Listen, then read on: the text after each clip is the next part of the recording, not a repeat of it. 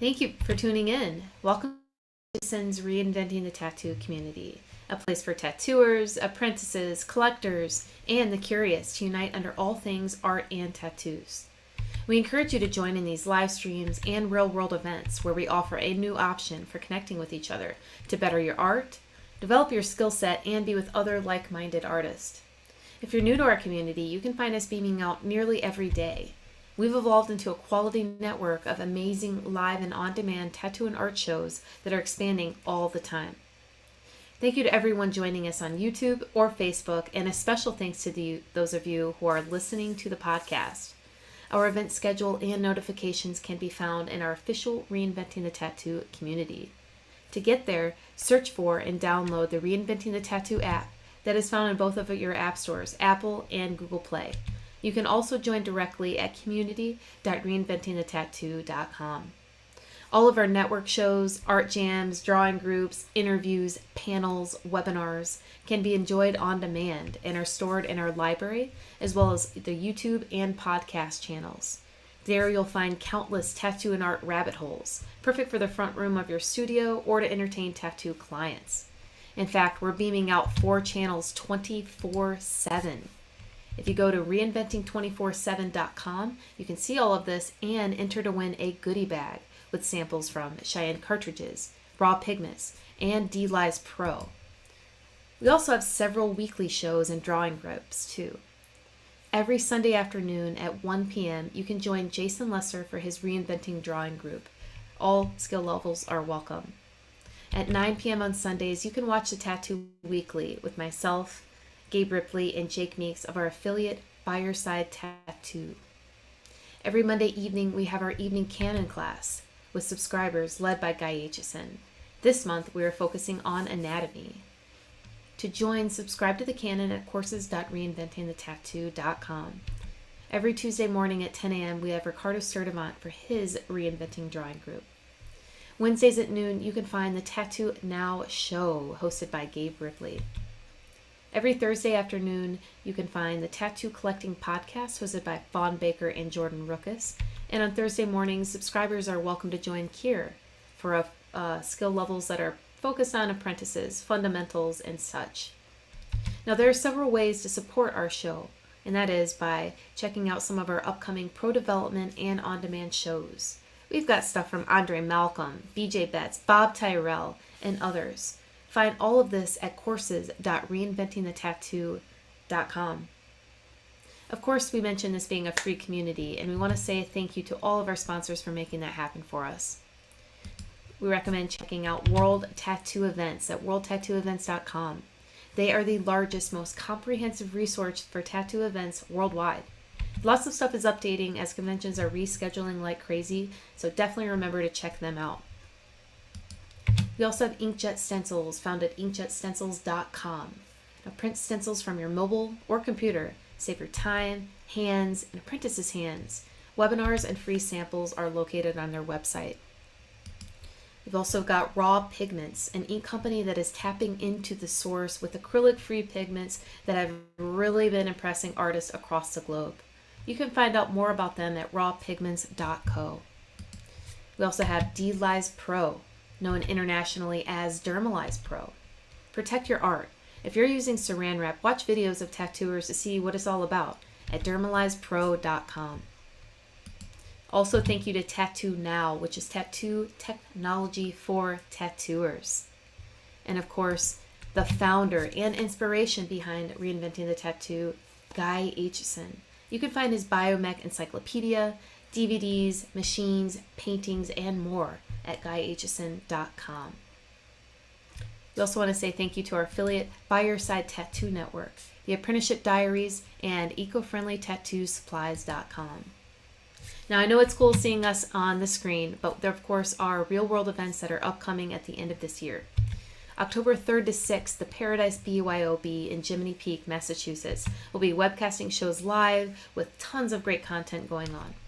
As well as November 12th to 14th, you can find us in Belgium at the Brussels Tattoo Convention.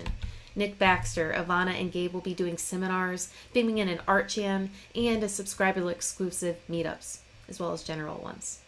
Next May 20th to 22nd, you can find us in Hell City July 8th to 10th, the Rock River Tattoo and Art Expo. There'll be a reinventing track artist. Amazing venue. It's easy to get to from anywhere in the world. July 29th to 31st, 2022, the Rubber City Tattoo Invitational will be back with Tony Urbanic in Akron, Ohio. Now, if you guys missed that Paradise Tattoo Gathering, don't worry. Next October 20th to 23rd, the Paradise Tattoo Gathering will be back. Now, we welcome positive reviews on our channels and would love for you to follow us. But if you would like to host a reinventing event or to sponsor our community, just send us an email to management@reinventingthetattoo.com. Now, I'm going to get out of here. I will be in the background reading off comments. I'll have my browser open to share inspirations and references. Let me know where you're beaming in from. Thanks to our growing crew of contributing artists, truly helping Reinventing reach more of the right people for the right reasons. Thank you for inspiring each other and everyone in our virtual Reinventing offices. Awesome. All right. Ready for another day. Today's episode number 65. Can't believe how many episodes we've got down already. Yeah, that's awesome. Well, thanks everyone for tuning in again. If you're listening, Tattoo Collecting Podcast, Fawn and Jordan. We're both back in the studio this week. Last week was like a fun little adventure. I had to see my massage therapist. I had a moment where I was like, can I please still go see Samantha? And Jordan was like, yeah, I'll start the show off, homie. Yep. So thank you. Yep, I had it under control. Thanks for picking up my slack, Jordan. Thanks for anyone who listened to me babble on about my painting for a half an hour straight. That was kind of fun. I mean, you and I have spent hours talking about that painting together. So. Oh, yeah. I can go on and on and on about it. It's just so much. You can spend years hone in on each little section and share a story about that little section. New memories come up. It's funny with paintings because it's like you build so many memories with it when you have, especially something you have so many hours in. It's like there were so many different nights working on it where so many different things were happening, where not even like maybe nothing was happening. Like let's say I'm just by myself in my room for 8 hours, but like during that, there's so many thought processes, so many funny little things that come up in my head while I'm working, so many funny little ideas or like breakthroughs artistically or mentally or just with something or about.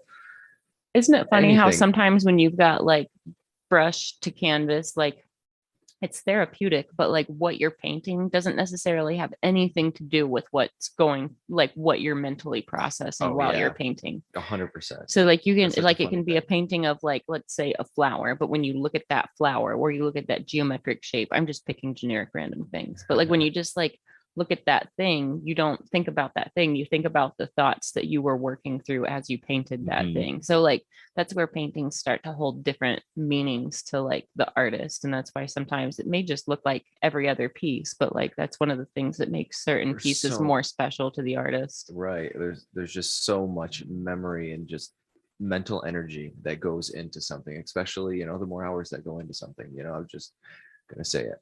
Yeah, the more hours that go into it, the more of your life is attached to it, the more of your energy is attached to it, you know what I mean? Like every now and then I've got a couple of drawings and paintings that were very fast and they're my favorite just because they're how they happen, right? And they end up looking awesome in the end. You love them, but most of the time when you spend like a lot of real time and you really dedicate yourself to a project, you become so immersed it like becomes part of you and you become part of it. Right. It doesn't happen with every painting, but it happens. A magical thing with that painting. I just thought like during that, it's honestly, I don't think I've spent that much time on a painting since then because I almost feel like I overdid it. Like I was saying in the last podcast, it was the first painting I ever really did. I did another painting before that, but it was nowhere near that scale. Got it done quickly. I was like, "Oh, painting's cool. I like that." So I'm gonna. What do you think that is? That's at least painting. 30 inches wide, right? Or is it 36? I think it's 36 tall and then 56 wide. Is it that big? It's big. It is a big painting. Like it's as big as a desk.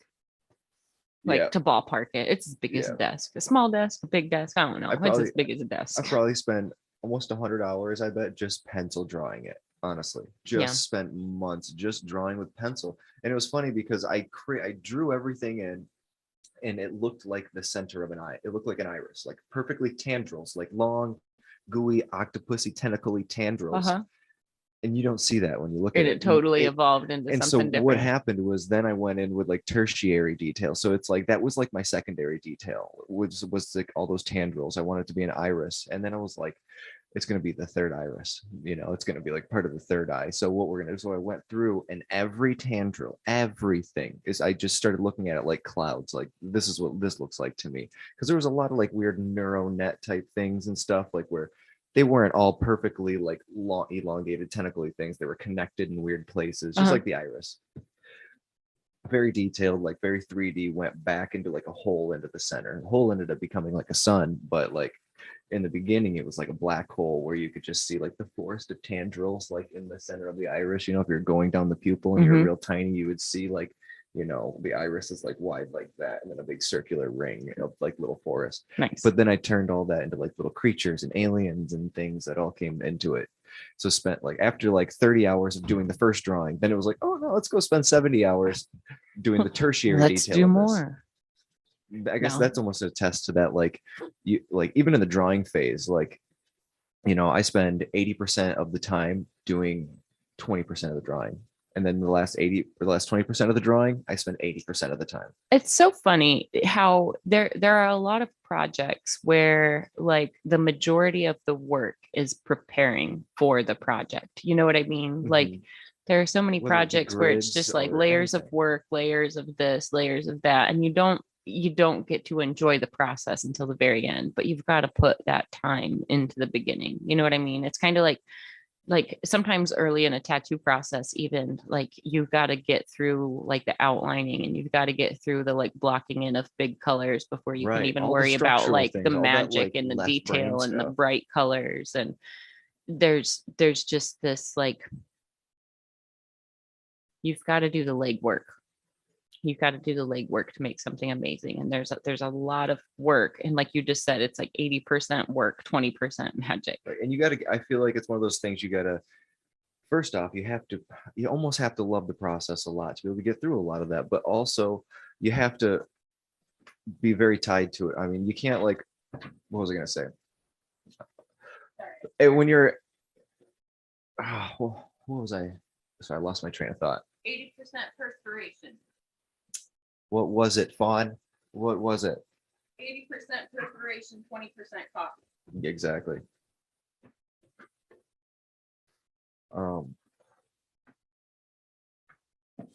It just takes work. You just got to put the work yeah. in before you can I have was fun. gonna say something about attachment. Like you can't attach, like my pencil drawing looked beautiful. Like it looked really cool. I was so happy with it. It was really awesome. I fully shaded and everything. And there was a part of me like I could have stopped there and it would have been a cool piece, honestly.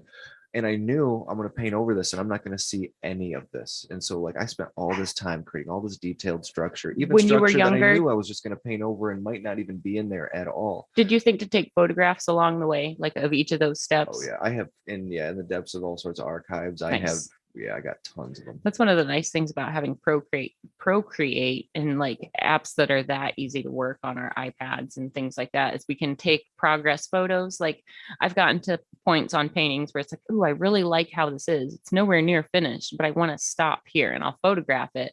And then I'll continue with the whole idea. Now I can pull that initial painting up, or my underpainting, or my like first layer of the background, or whatever that is. I can pull that up, and then I can pull it into Procreate and take what started as an oil painting or a watercolor painting or an acrylic painting, and or a charcoal drawing sometimes. And then I can manipulate it and turn it into a piece of digital art. Yeah. I don't sit and do that often, but sometimes it's like I'm working on a piece, and as I'm working on that piece, I get multiple ideas and directions that it could run. Right. And you could use those for later things. Yeah. Take those pictures. Yep. Take Yep. the That's pictures, one of keep the those things that I record of it. really like, is like I can take the same start and I can share two totally different outcomes of that same start. I haven't shared stuff like that in a while, but it is really fun to play with. And it's one of those, like, if you're the kind of artist that's afraid of destroying a painting, then you can take a photo of it in Procreate, and then you can manipulate it in Procreate. And now you know what to do in your real painting. You know what I mean? Absolutely. Toby does that a lot. I was going to say, I do that a lot with a lot of my paintings. When I'm in like the middle of a painting, a lot of times I'll structure them in the beginning from computer and then bring them in, project, whatever. But, I'll be in the middle of a painting and I'll definitely, take a picture. I want to do something, but I'm like, that's kind of ballsy. I don't know if I want to totally paint over this area and add something, or let me double check before I commit. I even want to see how this whole glaze is going to happen, or do a transparent like layer over something, or just add certain things in and see if it works digitally. Like I do that all the time. And I'm actually right now I'm about to send I got all the progress photos for the one that's hanging up in the main room of Red Tree when you walk in with the faces that go back. Yep. I'm gonna send those over, but I And mean we a can prime bounce through 'em. example of something that like I can use that process for.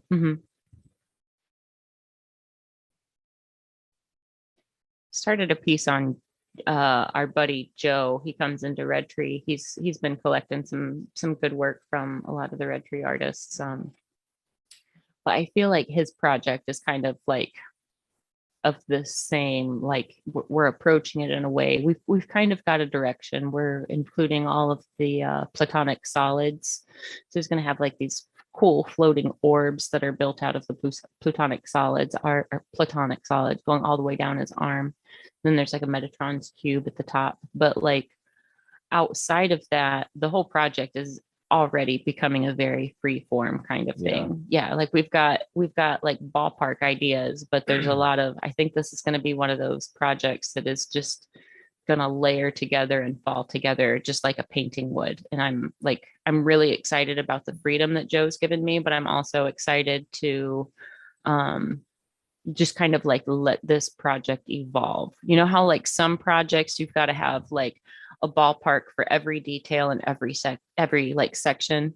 This one's one that like as we work, I know the ideas are going to get crazier as we work down his arm. So like we've got like a solid start at the top. And so you know who Jesse Ricks is?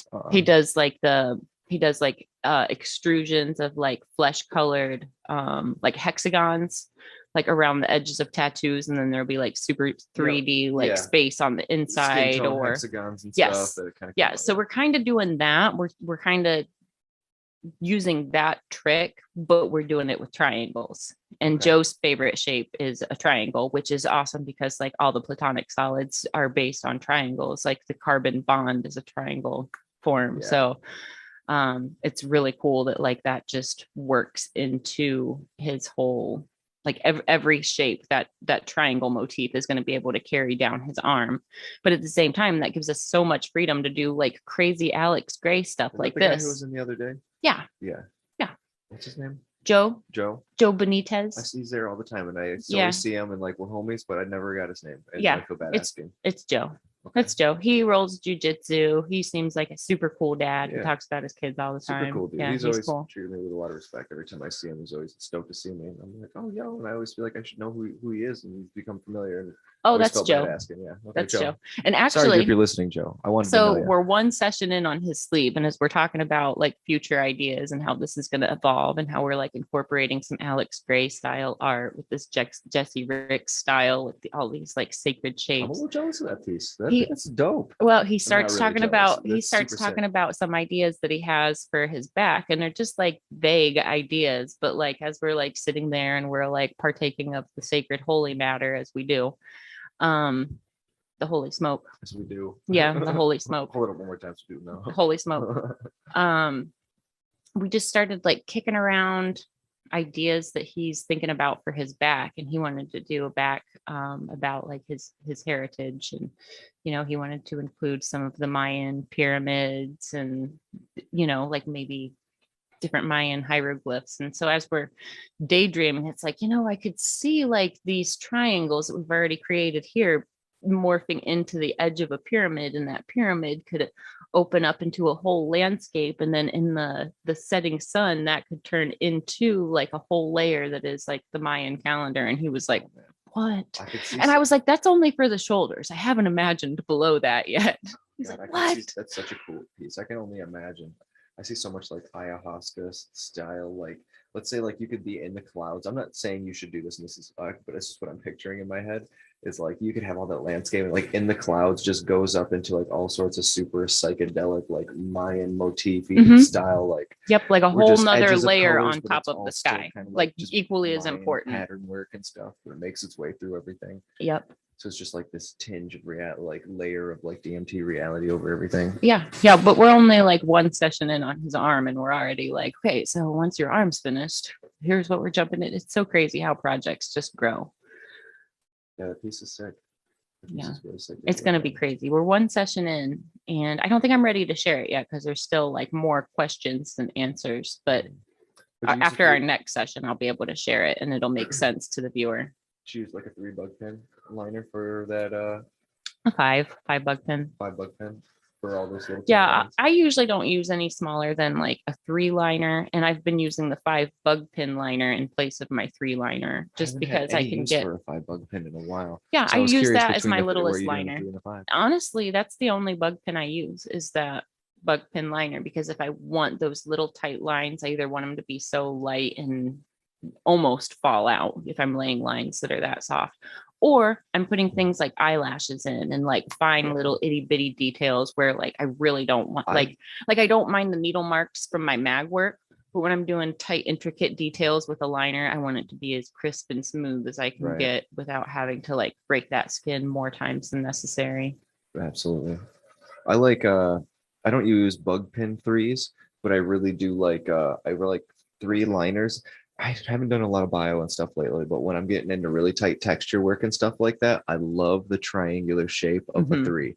Like, you know, it's just something between a 3 and a 5. Like I never want to line with a 3. I just don't care about that. But like I love being able to like work with that one line, or you can kind of get a little bit thicker and work on those edges. And Yeah, just it's a having funny thing. that triangle, like it's Sometimes it's appropriate to have like those 3 needles to noodle in like really tight shading with, but like when I'm wanting to put in lines, I think that's why I go for the 5 bug pin, because it actually gives me a tighter you're gonna round. get solid. More ink's gonna go in. You're gonna get a solid little, you know, Mhm. actual solid puncture there. Yep. 3, I just don't think is enough. No matter what, it's gonna end up having that like. It's not gonna be. I might look super solid. I just don't think it's gonna heal up. You great. just feel like you're working with a tiny mag. You know, and your chances of like, you know, stabbing and blowing people out, you can't really see your needle for shit. And when you're doing a 3, if you want to do good lines, I mean, you can definitely, but you gotta be so careful. Jordan, how's life with your new glasses? You brought it up. I'm used to you brought it up. So look, Jordan asked me a peculiar question several months ago, and I was like, and I like considered how to answer it, and I just like stopped working and I looked at him and I was like, how are your eyes? Because I've had a tattooer work with me who had a lazy eye, where like the more tired he would get, the harder it was for his eyes to focus. He had surgery for it when he was a little kid, so it's one of those things where like when he's tired, it just presents itself again. So anyways, that's why my question was, how are your eyes? You know, like, are your eyes tired? Are you having like, So this is a good thing, probably even bring up for other tattooers out there, because I think I'm not trying to put you on blast. I'm No, trying to, I think it's awesome that like, you're good. Now I'm thinking about it and I'm like, man, yeah, this is an issue. This is an issue that probably a lot of people actually deal with right now who don't know that they're dealing with it or worry about it in the future. Because I really think it's for me, it was just it's a from subtle nuanced overstraining it. question I that do a lot Jordan of asked I do a too. lot of screens. I do a lot of focusing, like any tattoo artist and stuff. But what I ended up having is insufficient convergence insufficiency is what it's called. And so basically, so my depth, like the way my eyes converge on like a focus. So like when you look at something and instantly I look at this and I see that that word is warning and all that, and like I make it out right away. Like my eyes look at that. It takes my eyes longer for it to be able to like register exactly what that is and it'll, like not blur it out from like, you know, it tends to look like what your peripherals look like for a half a second. And that's just so one it just thing. takes a moment to like dial in. Yes. So there's that, and that's like the thing I deal with all the time. But then there's just the getting blurry as shit as I'm like, as the day goes on. So as I'm working, it's just getting more and more blurry. But like the main thing is that convergence, the way our eyes focus on something quicker, takes longer for my eyes. And so as that gets more tired, my depth perception goes off more, my focus gets off. So being able to focus is harder. So what an easy solution was it to go get your eyes checked? It was very easy. It costs money though. It really does cost money. But like if you got insurance, I'm sure I don't got insurance, so I just pay out of pocket. I'm cool with it. But it was very worth it. I spent a long time honestly dealing with weird eye stuff and never really wanted to admit it, but also just didn't do anything about it, didn't think much about it until it just started getting to a point where it was really bothering me. I was getting halfway through a tattoo and I'm like, oh my God, my eyes are really blurry right now. Not to the point where it's affecting my tattooing, but it was the fear of the future of it getting even more worse. But it was how worse. Even most more better. worster. Even more better. Most bestest. I'm teasing Jordan. It's all right. I'm just worried about it getting worse in the future. but yeah, getting really annoying in the moment because everything takes longer to focus. So every time I need to like look at one line to the next line, or I'm looking, let's say for instance, I'm tattooing a whole thing of flower of life patterns, right? Mhm. So here's an instance where it's the blurry, all that stuff comes into effect and bothers the crap out of me. It's like I'll have, all of those shapes, but what my eyes have to do when I'm tattooing something like that, I have to look at everything. I got to make sure all the lines are okay and stuff. Mhm. And so I'm going over all of that. It takes, when I'm going from one focus to the next focus, and I have to do that on a scale like that, even though they're just tiny lines and stuff, like it just takes longer for my eyes to sit and focus. And when I have to focus, refocus, focus, refocus. Well, and then here's the thing. We're constantly like, we'll be focused like 6 inches away from our face intently. And then we go to dip. And now we're focusing, whether our colors are here, wherever they are. Pupils are going to. Yeah, we instantly have to irises, change our and out. focus for another field of depth. And then when we bring it back, we have to like readjust super quickly. And like when we're in a groove, it's kind of hard to like, come on, eyes, get with it. Right. And we usually got a pretty bright light above us, Mhm. I do run into that problem. And honestly, Jordan, that's my time. I have several cues from my body that tell me it's time to call it a day. But when I get to the point where like I notice a hesitation in the focus, I need to sleep. Yeah. That's my eyes need to rest. And usually it's like, okay, I'm wrapping up the very next moment Right. that I get. But what's annoying is like when that starts happening at hour 2 or 3. Mm-hmm. No, I'm just glad. It's one of those things. Here's the reason that I push eye health so much. And mind you, I was born with really, really good eyesight, but from a little kid on up, I've always been really careful about sunglasses. I sunburn really easily. I don't know if you guys can tell how like white and overexposed I always am all the time. But I sunburn really easily. And as a little kid, I had sunburns on my eyes before. And I don't know if you've ever had your eyeballs sunburnt where it's just like sandpaper every time you blink. Like, how when you go out on a boat and then the next day it's just like sandpaper every time. I So, probably have 20 times. anyways, just like as a little kid, I was just very mindful, like, okay, the sun wins. So I've always been cautious about wearing sunglasses and eye protection. And like, I usually wear Oakley's or other really good sunglasses. So I'm actually getting that UV protection. But like with other tattooers and anybody else around me, I'm always preaching about your eye health because, it's a simple thing to go get your eyes checked. But now like you probably get fewer headaches. You can probably work longer, more comfortably, right? Yeah. You know what I mean? Yeah, Like, honestly, I haven't had any of the issues I've been having. The issues I have now with keeping my glasses clean. Because as soon as they're blurry, as soon as they're got one smudge on them, I'm twice as blind as I ever was. well, I mean, But that's they fair. work but they do work really well. See, it's not like what the thing with these ones too is it doesn't quite like make blurry things clear. It's like it's like a prism lens that like affects how far away the convergence zone is. Mhm. Everyone's got like a certain zone far, a place where things converge, and I guess that changes that for me. It's really weird though. Like if I look at a ceiling, it's like it's caving in at me. That's funny. Always. It looks like it's rounded. Huh. All right. All Kinda right. weird. Yeah. No, I'm glad it was. I don't want to say I'm glad that there was something with your eyes that needed corrected. I'm just glad that it was such a simple thing that makes your life that much easier. Yeah. That's the whole point that I'm making. Like this whole, like even bringing this up is it can make your whole life and your whole work routine easier, and can make your headaches go away, and it can like the quality of your lines and the quality of your Mhm. saturate, like everything gets better the better you see. Yeah, I think what the I mean? biggest thing it helps with is that mental exhaustion.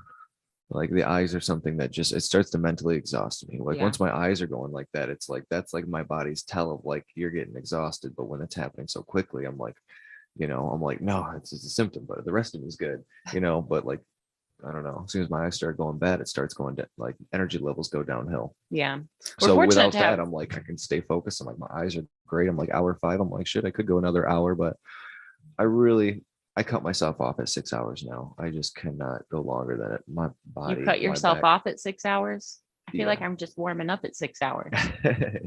Wild. I used to. There's I a shop definitely that I used to. worked at can't. before Red Tree, like in the in between my shop and Red Tree.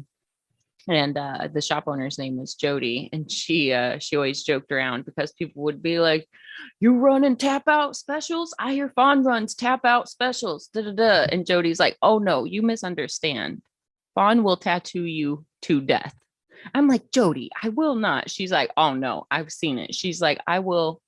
What she tells them, Fawn will tattoo you until you pay her $1,000 to stop. That's it's torture until you're ready to pay her that much to stop. So it was a funny tattoo you to death. Yeah, no, you do. You work. It's not a tap out special. It's a I'll tattoo you work long to hours. death. If you're working, if we start at the same time, you're usually working longer than I am. My body has its tells for sure, and I have to stop. I'll get on that. Yeah, it's a funny thing. Like, and I always want to get home for like, a decent to still have a night. Yeah, this stuff. That's why I don't start until 2. I usually start my day at 2 p.m. and by the time we're actually tattooing, it might be 3. But like sometimes at consultations, I'll have clients ask, like, "Can we start any sooner?" It's like, I mean, I don't know how late I'm going to be working the night before, and they just look at me like, "Really, you don't want to start before 2?" But like last week, I had one night that I was working until after 4, and then another night where I was there till after 2. So like that from 2 a.m. to 2 a.m., that's a long day. From 2 a.m. to 4 a.m., that's a long How's your day. back Like doing? my back's pretty good. I see Yeah. my massage therapist. I make like a mindful effort to stretch and do the things on breaks and but yeah, my back holds up pretty good. That's another one of those, like if I get a kink or a twist, it's like, oh, my back's telling me it's time to stop. But Yeah. but like generally, like I work really, really long day. Like I'm just not a clock watcher. That's the thing. Like, I mean, I do take long breaks, but you see me where I'll go like once I get into the groove. Here's the thing. If we're watching movies, I try to take a break at the end of a movie or like towards the beginning of a new movie or however it works out with like a good stopping point on the project. Right.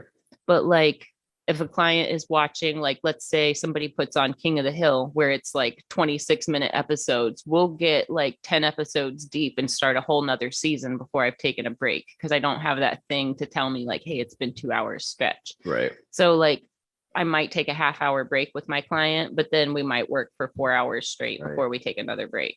I say I'm in line with that. I'm pretty in line with that up until like I don't watch the clock all day until I just know when I want to go home. Mhm. I That's usually fair. like, my body tells me, but I also know like, don't want to be home later than a certain time just for the fact of like my body's going to hurt the next day. I want to make sure that I eat before I go to sleep. Mhm. Stuff like that I'm not waking up with a ton of food in my stomach. Sometimes I need to take a break, not because it's been a long time, but because like I need to change gears. You know what I mean? Because you know how like some of my projects, I'll go from like background, naturey, soft, colorful, saturation, which is like one way of thinking and working. And then like I might jump to like a micro hyper realistic detail in the foreground where it's like, okay, I'm about to start that thing. So let's go take a break. Let me shut what I was just doing off. Let me reprogram my brain for what I'm about to start. You know what I mean? That like I'm not necessarily to the point where my body needs a break or my client's ready for a break, but like my brain's about to shift gears. So it's like, okay, let's just take a break and kind of restart just because I'm going to be doing something so different than what I've been doing for the last 3 hours or all day, or you know what I mean? Right. Like, do you do that? Like if you're doing like super like intricate stuff and then you're switching to like some colorful stuff next to it, or do you just fly through? It's a bit of both. I think I definitely naturally every hour I do not look at the clock. I just put my phone aside and then I just want to go and go and go. But like, I think naturally every hour, like my body needs to like stand up. But I do find myself going on like 2 hour stints sometimes and like just like not getting up. But like and then by the time you stand up, you're like, oh, I'm 80. I think the way my body is, the way my bed is, the height of my chair and all that, it's getting really hard to find comfortable positions to work on sleeves and things like that. And 3/4 of everything I'm doing are sleeves, and all day it's like I got people in these crazy, arm backwards and stuff. And I got them like that. And the chair can only go so high and my chair can only go so low. And like I'm literally like hunched back the entire time. Either that or I'm like this and I'm like, 4 feet away from it trying to converge my fucking insufficiency all over this fucking tattoo. You converge your efficiency everywhere. You know, it is. But like literally like that was some of the worst. Like it's like I remember yesterday trying to do that, and like I'm 3 feet away from the tattoo because like, and it's hard for me to focus when I'm that far on it. But like what my body wanted to do is like get like this, but my body was literally like I had to be like this, like elbows on my knees, and I hate working with my elbows on my knees. Oh, I love it. Oh, I don't like it because I like having arm movement. But Oh, like, it depends on what I'm doing. If I'm doing like like things lower arm, right- if I can right just here. like nest in around it, that's what I like. if I can make something like right here, I can just be perfect because I can sit like this, good posture, and like actually be really comfy. But what I can't do is look at it from 3 feet away and like have maintain that for a long time. Like if it's a full scale and I'm doing because of the dot work and the small stuff. Like if I'm doing big shading and stuff, I swear, like I really do like looking at far away, so I can see the bigger picture. I'm working with big shades. If it's like a paintbrush, almost feels cool to do it from far away. I just find myself working so hard to focus. Yeah, it's one of those things where like every project, every client is going to have different like needs. And Yeah. It's funny though, because like it's just because it's a great thing. Bless you. It's a great thing. I love it. But it's funny now that like my schedule is so full of all the projects I love doing, all the stuff that I love doing the most. I almost chopped my brain. Yeah, your eye almost pop out. Pop it back into my knuckle. No knuckle pops. It's cool though, as you know, people come to me for right now I'm getting a lot of sleeves, tons of geometric sleeves. But what's happening with that is it's like my days are kind of like the recurring same habitual way my back's sitting. I'm not changing it up or today I'm standing, today I'm doing this. It's like, no, today I'm like this, or I'm like this, or I'm like this. And it's like the same ones, and I'm trying to figure out the best ways to do it.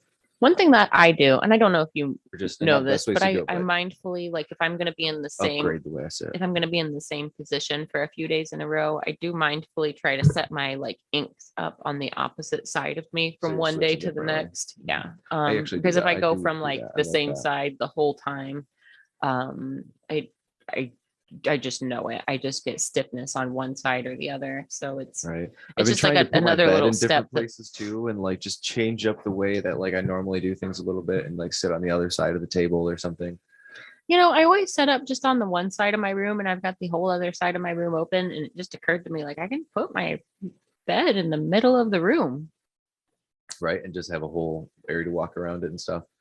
Yeah, that's what I want. That's honestly what I really want. I'm about to upgrade my room, or I'm about to take away and then add to. I would like to minimalize it and just make it really clean and nice in there, and basically have that where it's like in the center. And it's getting a little bit cluttered with a lot of stuff right now. It's not cluttered. I mean, it looks nice and all that. It's a nice room, but we all want to upgrade at some point. It's been kind of stagnant. I need to change it up. I mean, I got a new like arm. Yours looks great. You've been upgrading it. You got your new shelf. You got the new arm. You got new paintings. I feel like you've been doing pretty well with your system there. I feel like I'm running off the system that I have since I moved into that room. Now it's time to upgrade. Oh, well, I mean, it's been 2 years. It's time. Right. It's been a year for me in this room because Rusty was in it for that one. Oh, that's right. I forgot. You were in your room for a little while. I was in the back room, and then switched room. Brandon and all them switched rooms, and then Rusty was still there for a while, and then finally switched over after Corona. Oh, Corona. So, time to switch some systems up. I like it though. I'm gonna create some new things to make it nicer. Main thing is client comfort though. I just want to make it easier and more, comfortable for my clients. Yeah. More ambient, less overhead, super bright light, more directed light. See, I feel like anytime there's an eye strain issue, I think you need to saturate your room with light. That way your eyes don't have to depend on extreme shadows. Like if it's oversaturated, you can take it all in. I do feel that, but also I feel like a lot of my eye strain comes from just the brightness of lights in general. I hear you, but like when the shop was remodeled, really good lights were put in. So everything's like daylight simulating, even though it's artificial light and it's still not as good as natural light. It's all really good lighting. Like even Jordan and I in our room, we've got these 3 little Canon lights. Those are even daylight simulating. So if they were regular fluorescent, I probably would just shut my lights off and fill my room with the big photo lights, the big box style photo lights. I think those give off fantastic light. But again, that's They're like, huge and they yeah, take up that's so much just space. flooding your room with light is what it is. I do honestly like. I don't even really need extra lights hardly. Yeah. Because of how nice those lights That's are. I really do. So I've taken away lights from that room, but yeah, now I'm that's trying the to find the reason. right medium because it does the way everything's sitting right now. I don't need to get into the details, but I'm getting a lot of shadows on my stuff. So I need to figure out just a better lighting situation, but also, you know, the eye strain things are things I'm thinking about. Yep. Client comfort though, just to be in a nice, super chill room, have things just, you know. Yeah, one thing I like about the one side, like the furthest, I guess, east side of the room is that that's where those Canon lights are, and it is a little bit brighter, and they kind of cancel each other's shadows out. So that's why I like working as close to tucked under there as possible. But You think Derb would let me do a mural on a wall? probably not. Yeah.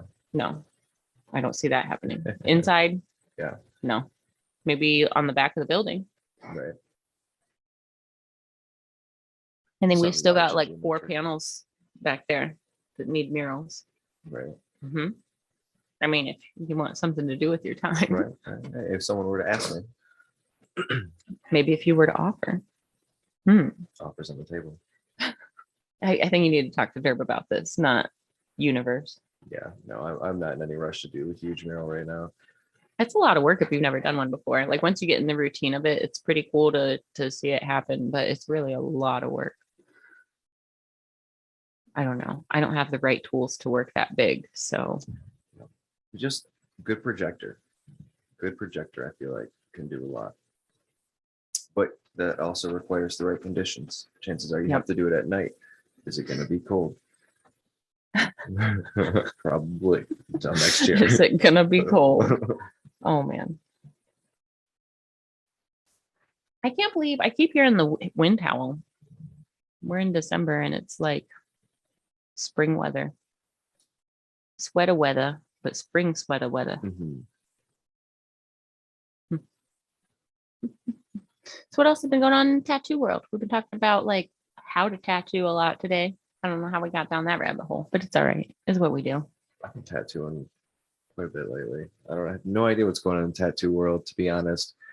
I have not been paying attention at all to anything tattoo community or the world except for this podcast, which honestly, I kind of like that right now. I'm in a place where I'm trying to focus on my work and I love appreciating other people's work, but I also feel like then I start to compare and want something more from my work instead of just trying to push my own work to where I would like it. I feel like I'm in a good place with that right now, but a healthy medium there. But also it's December, busy with family. I haven't really spent a lot of time thinking about things outside of next tasks we have to do.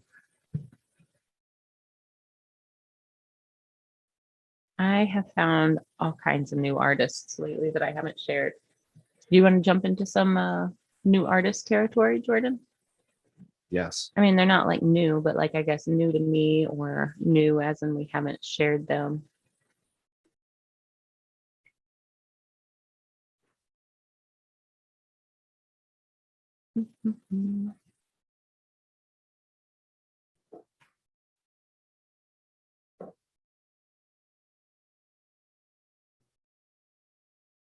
Oh man, my computer wants me to restart. There's always something. I sent a bunch of pictures over as well to the tattoo collecting Instagram. It's a progress. It's like 30 photos from first to last of that painting as well. Okay. I see it. At some They're point, all if we right want to here. go through, No, let's do rush. that. We just talked about it. There we go.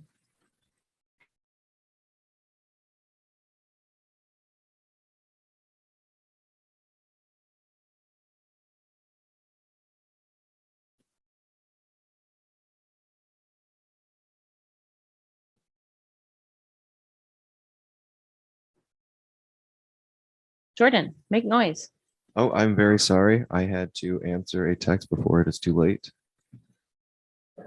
Dead air. Boom. Dead air phone. I'm blaming it. It's your fault. So that right there. Okay, cool. What do you, does that look like a painting to you? Is that a painting? That looks like a charcoal drawing to me. That is a projection of a painting. There's a good chance that I have colored penciled this in. So oh wait, are we screen sharing? Can we go back? Are we screen sharing right now? Yeah. Oh, sorry. So go that last one. Go to this one or the previous one? That projection. Oh.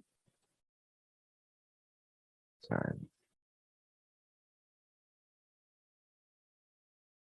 Here we go.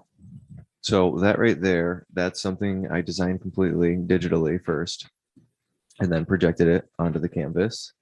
What'd you use to design this? This I believe just Clip Studio. Nice. Yep, I usually use Clip Studio for most of my stuff. You know, I can do all my basic Photoshop things on there. It just makes it easy. Drew out her chest and everything. Everything's pretty hand drawn. You know, a few references and things here and there for human reference, but okay. Can we go to the next one? Yeah. And so from the last one, this is usually where I end up from projecting. I go through with, because I already have my canvas tinted, then I go through and with my white and my black and just put a, first layer on there. I guess part of me wants to just go into depth and detail of everything. I don't really need to do all that and give you guys a how-to on how to paint. But as you can see, it starts getting a little dirtier. A little dirtier. Filthy animal. So yeah, we got a whole bunch of biomech stuff at the top. God, I love painting this one. This was my coronavirus painting. So while we were shut down, I just worked every day on this painting, and it was really nice to have something I could spend that much time on. Honestly, I think I spent more time on this. It was the most time I've spent on a painting in a long time. I think I definitely put in over, maybe 100 to 200 hours easily, because there were so many days that there was definitely more than 10 days I sat in front of this thing for 10 hours for sure. Did you give her a name? What did I didn't, the painting's name is Unrestrained Growth, but it was never totally defined yet. But she does not have a name. No name? No name, from another dimension. Which dimension? There's like 3 other paintings that have this character in it as well. What dimension? If I knew other dimensions, I would tell you.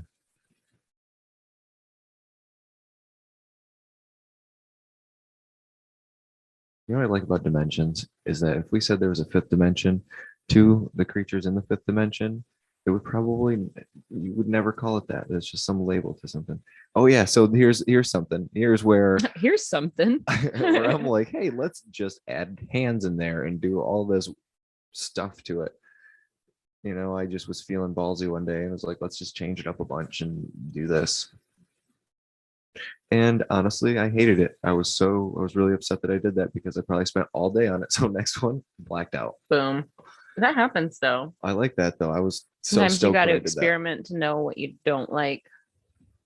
Yep. And it was like, cool. That's a lot less time because that would have taken me a long time to do that because I'm already kind of bad with hands. And so like to learn how to do something while doing it would take extra time. The top of this is where this is where the top of this painting really started evolving and turning into its own thing. You see the focus starting to come into it. Yes, sir. Her eyes have a little bit more life. Everything's a little bit more looky.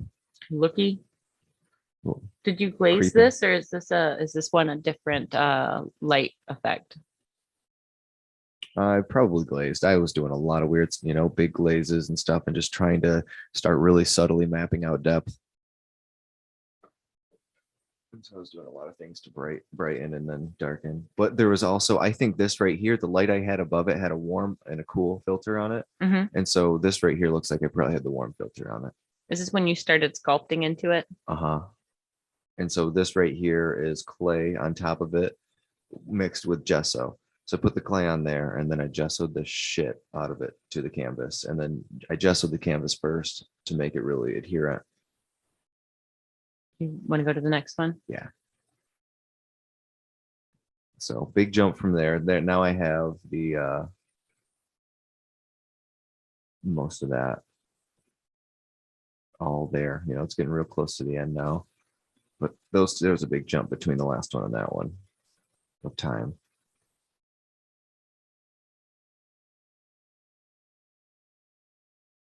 Yep, she's starting to come together. She went from, you know, if you like from the last one, she was green. Now she's starting to take on the skin tone. You can see I'm coming in and starting to glaze a lot of there's a lot of skin tones that I made for that. But man, do I love putting down green first. When you put that green down first, it just makes you like, it mutes out those skin tones so well. You hardly even had to work for it. It's funny how like once you just start playing with like the warm and cool and things just fall into place. You know what I mean? Mm-hmm.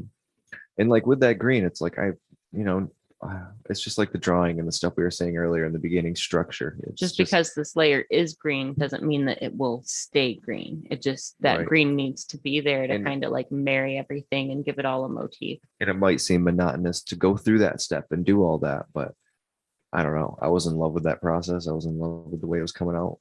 Just as the green, I knew it was, I had to trust in the process, and I knew it was going to be where I wanted to do it, where I wanted to be, and I had to trust it, but I just had to see it through, even when I'm like, God damn it, this is a green painting. What am I doing? I gotta change the size of this to show you guys the whole finished product here in this next slide. Yeah, I think she's done here, but you can, oh yeah, we got a little fetus growing in the head there. Very subtle. Didn't want it to be super in your face. Super in your face. It's super. That's all you can see. But as you can see, it is all sorts of stuff going on in it. I did want those weird little like bird scully things to be a little bit more bird skulls, but that's all right. Bird skulls. Those weird little scully? jewelly dangly things underneath there. Yeah, that Yep. turned out so cool. Thanks, Fawn. Oh, we got one more close up, and then you sent a video too. Oh, cool. And share.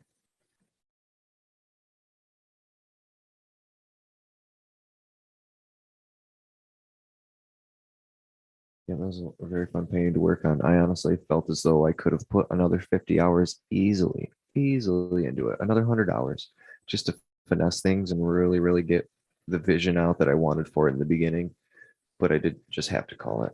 I mean, it's beautiful, but it's also like borderline pornographic at the same time, Jordan. Can we just point out the obvious? Oh, what? How did it become borderline pornographic? When did that happen? Which step? As the border came about, I was like, how can I fit this into this painting? Porno mech. It's a thing. Yep.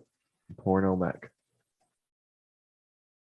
But I mean, it is kind of perfect with a little fetus up there. It all just like comes full circle. I think stuff like that comes a lot of my interest from Geiger too. It's like I see Geiger's work, and it almost gives you this like where it's like, if he can do it, I can do it. Why not? If I feel like doing it, why not do it?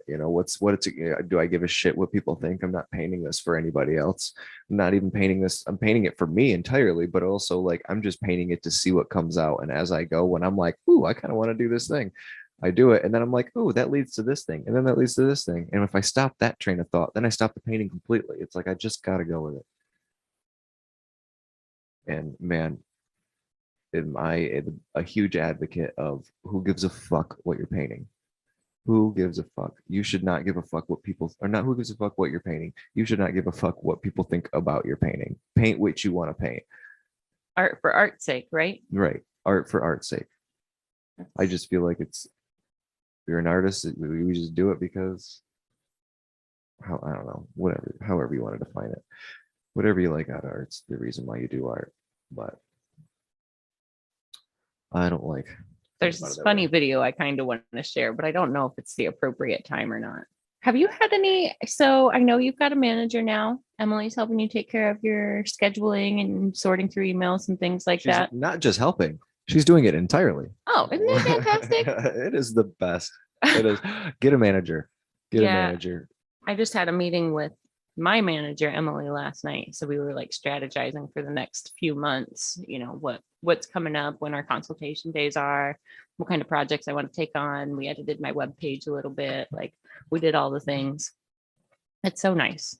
It's so nice to have somebody else to like, because there And were my a clients few. love it too. Like that's what I love as well, is that like they have a no headache situation because she is on it. Mhm. She's on it, and like they get dates quick. Like they got dates in but to tattoo usually before I'm even like have the consultation. They already have the date to tattoo, and Ah, there's a system already in place for, you know, if the consultation doesn't go the way we want to, then we don't have, you know, maybe we Mhm. don't, you know.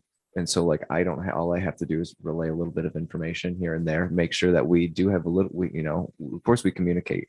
She's my significant other as well, makes it very nice, very easy, you know, probably makes it easier.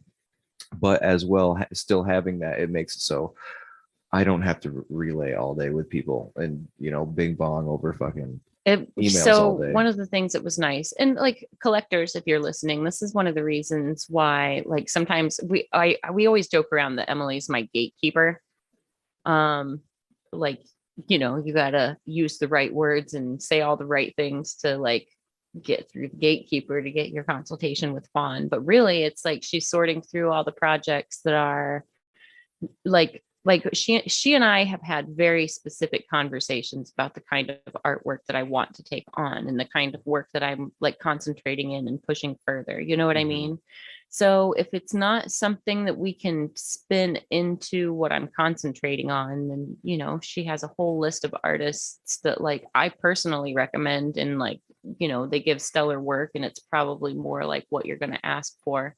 Yeah. But the cool thing about having somebody else do it is because she can just look at it like subjectively and like no feelings attached, and she can, you know, does this meet the criteria of the projects that I want to do? And she has no feeling Right. attached to it. She has no feeling attached to the person. She has no, it's just, does I this think meet that the helps. criteria? That Yes helps or me no? so much with my Emily when she's doing it, is that exactly that, when I have to tell someone that, you know, it's a project I don't want to take on, or it's not in my wheelhouse, or, you know, whatever kind of thing, where it's kind of like an uphill email, where I'm like, you know, where it's just tends to be, it's just a lot easier from the unbiased, like, you know, she don't give a fuck to say it, you know. Yeah, like Me, this. I'm like, oh man, I want to word this right because I don't want that, I don't want to come off wrong, but I still want to help them out. And it's like I can do all that, but then it just seems to, I tend to procrastinate, put things off when it's an uphill battle. Right. And so, you know, And then you bam, just get buried. and so we've got the same thing where we basically got a list of different people that, you know, most everyone in the shop can cover most bases. So Mhm. all the time we're, you know, pinging people off to Yep. other people that are more suited for the task. Yep. And it's awesome. I tried to do that myself, but I needed a little bit more help. It's just so funny how much like weight, like emotional and like work weight, having people that want to get in can be. Like sometimes clients are under the impression like, you know, I want to give you my money, I want to do you a favor, da da da. You say like, how willing to wait they are? I What know, is- I'm just saying sorry. it's just funny how like it's funny how sometimes clients just like hit me up and want me to do their project, but it's like they don't follow my work. They didn't read my webpage. It's like sometimes it's like, why would you message me for this idea? That's the I guess I don't know how to always put that into words, but like sometimes it's like out of all of the hundreds of artists locally, why am I the Right. one that you messaged for this idea that Right. is The like ones nothing the ones like that my baffle work me are the whatsoever? ones that do that through the job form. Yeah. Like that's where I'm like, you know, you're asking me for like a tiny little tattoo this big. You know, you got 4 people that want a tattoo this big through the job form, which means that you had to go to my website, which means you've seen the work, you know, you've seen the very descriptive bio and things like that that describe the kind of work done and the scale Mhm. of the work done, the price of the tattoos and everything. And then you go through the job form, ask it, and then still question, of course that's the like kind of mind blows my mind a little bit. It doesn't upset me. I'm like, okay, is there a reason? Do you need to get, is it that you want to just be tattooed by me, or like what is it? Because it's like, cool, I would love to do that, but I personally have a minimum because of just the kind of time and the way we book out and Right. stuff. I have a minimum. If I'm going to set up, chances are, that's taking the place for someone else that was going to be Right. there all day. And like, So I had a funny conundrum message me, and it's a client from the past, but it's been a handful of years. So it's not even remotely a recent client. And I worked on her a couple different times, and she's got two totally different styles of tattoos by me. And now she wants one touched up, and like it could be, I don't want to say necessarily like touched up, but like I could enhance it so it's a little bit more on par with my current work, but that's not really like a touch up. You know what I mean? Like if you, right, that's modernizing. right. That's And it's like, and it's working, and then it's the other one was just like, it was a very simple line work style tattoo, and she just wanted a few things added to it. So it's like, how do I even begin to schedule that? Because like, do I charge for touch ups or like reworking my own work? No, but like it's been a few years where like I don't know, if she was just scheduling a whole new project, I'd probably just do those two things like at the beginning or end of our session. So like, it's just a funny conundrum. Like I don't necessarily want to send her to somebody else to touch up my work, but at the same time, like there's nothing wrong with it. It's just I'm doing things like I'm not even really doing flowers now at all. First of all, like, I mean, occasionally there are a few pieces that are floral, but like I'm not doing like just a single big rose anymore. You yeah, know what I mean? yeah. Like, I mean, does it need touched up? Like, not really. Could we add more to it? Absolutely. But those are two different things.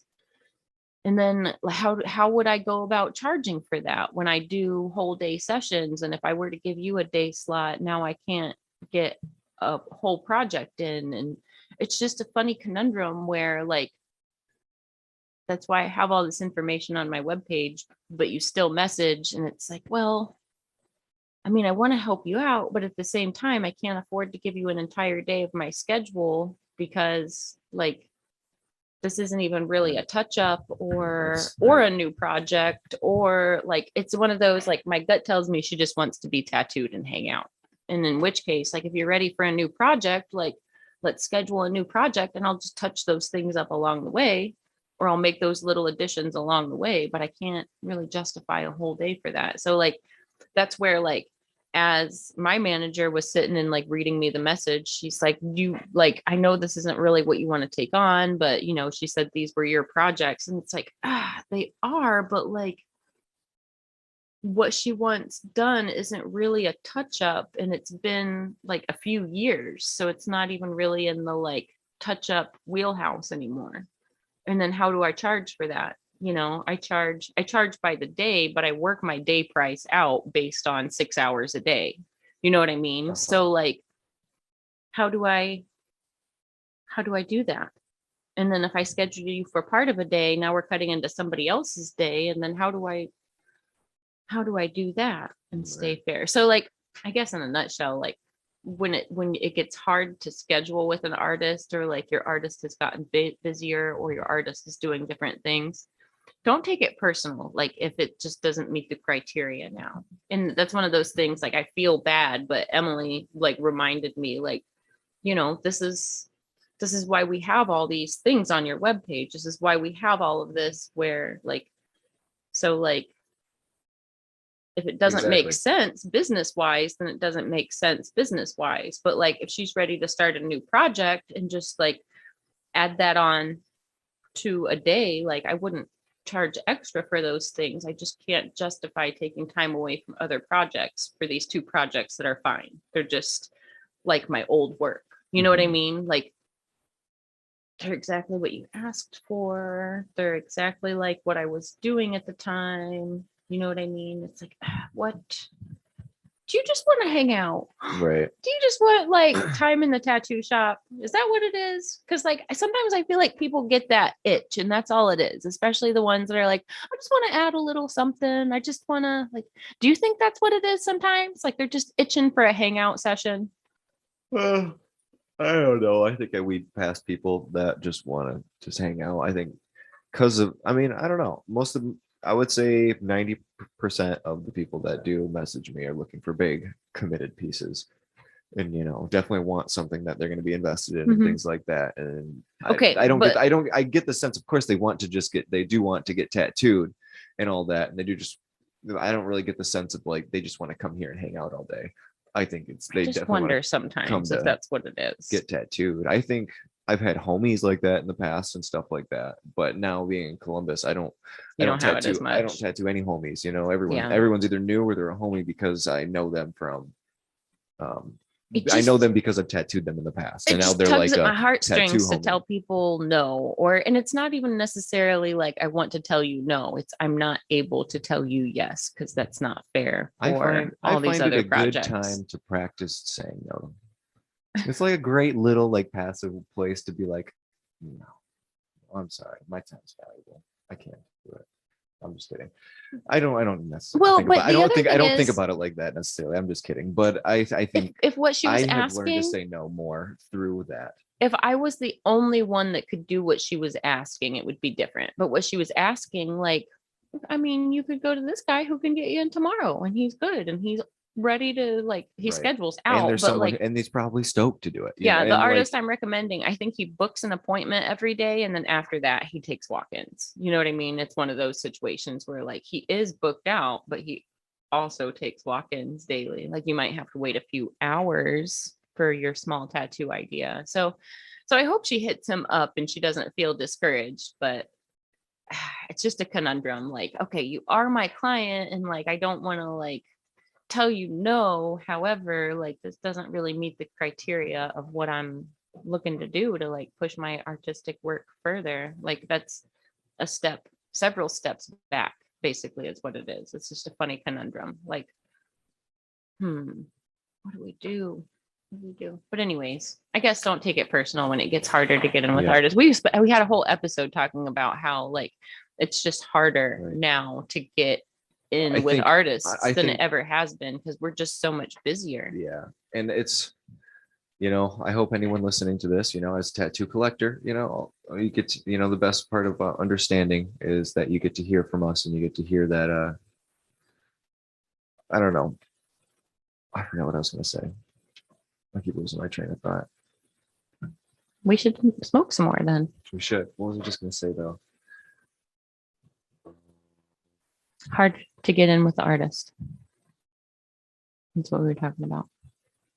Be patient. Right, what was Don't it? take it Be personal. patient. Yeah, don't take it personal. What rabbit hole was But, your brain down? Oh yeah, no, it was going down an assertive rabbit hole where, as an artist, like it takes a lot of us a long time to be able to say no to a project, and it's not most of the time, if not all the time, it is not because we're too good for it. It's that if we say no, there's usually a pretty good reason, and For we me, don't want to have to explain it to you too much, and just like kind of understand if it's a project we want to take on, it's probably going to look like the work we want to do, and we're not going Right. to say no to something Right. that's something we really want to take on. And if we are doing that, it's okay, just understand that and maybe come back in a different way. But it's definitely, don't feel bad, but your artist has to be assertive, and like it's their responsibility to be assertive about that. And like I think it's reassuring to me when I tell people no, and it's nice now having Emily because she can do it unbiasedly. Mhm. But like it was hard for me because I felt bad saying no to projects, and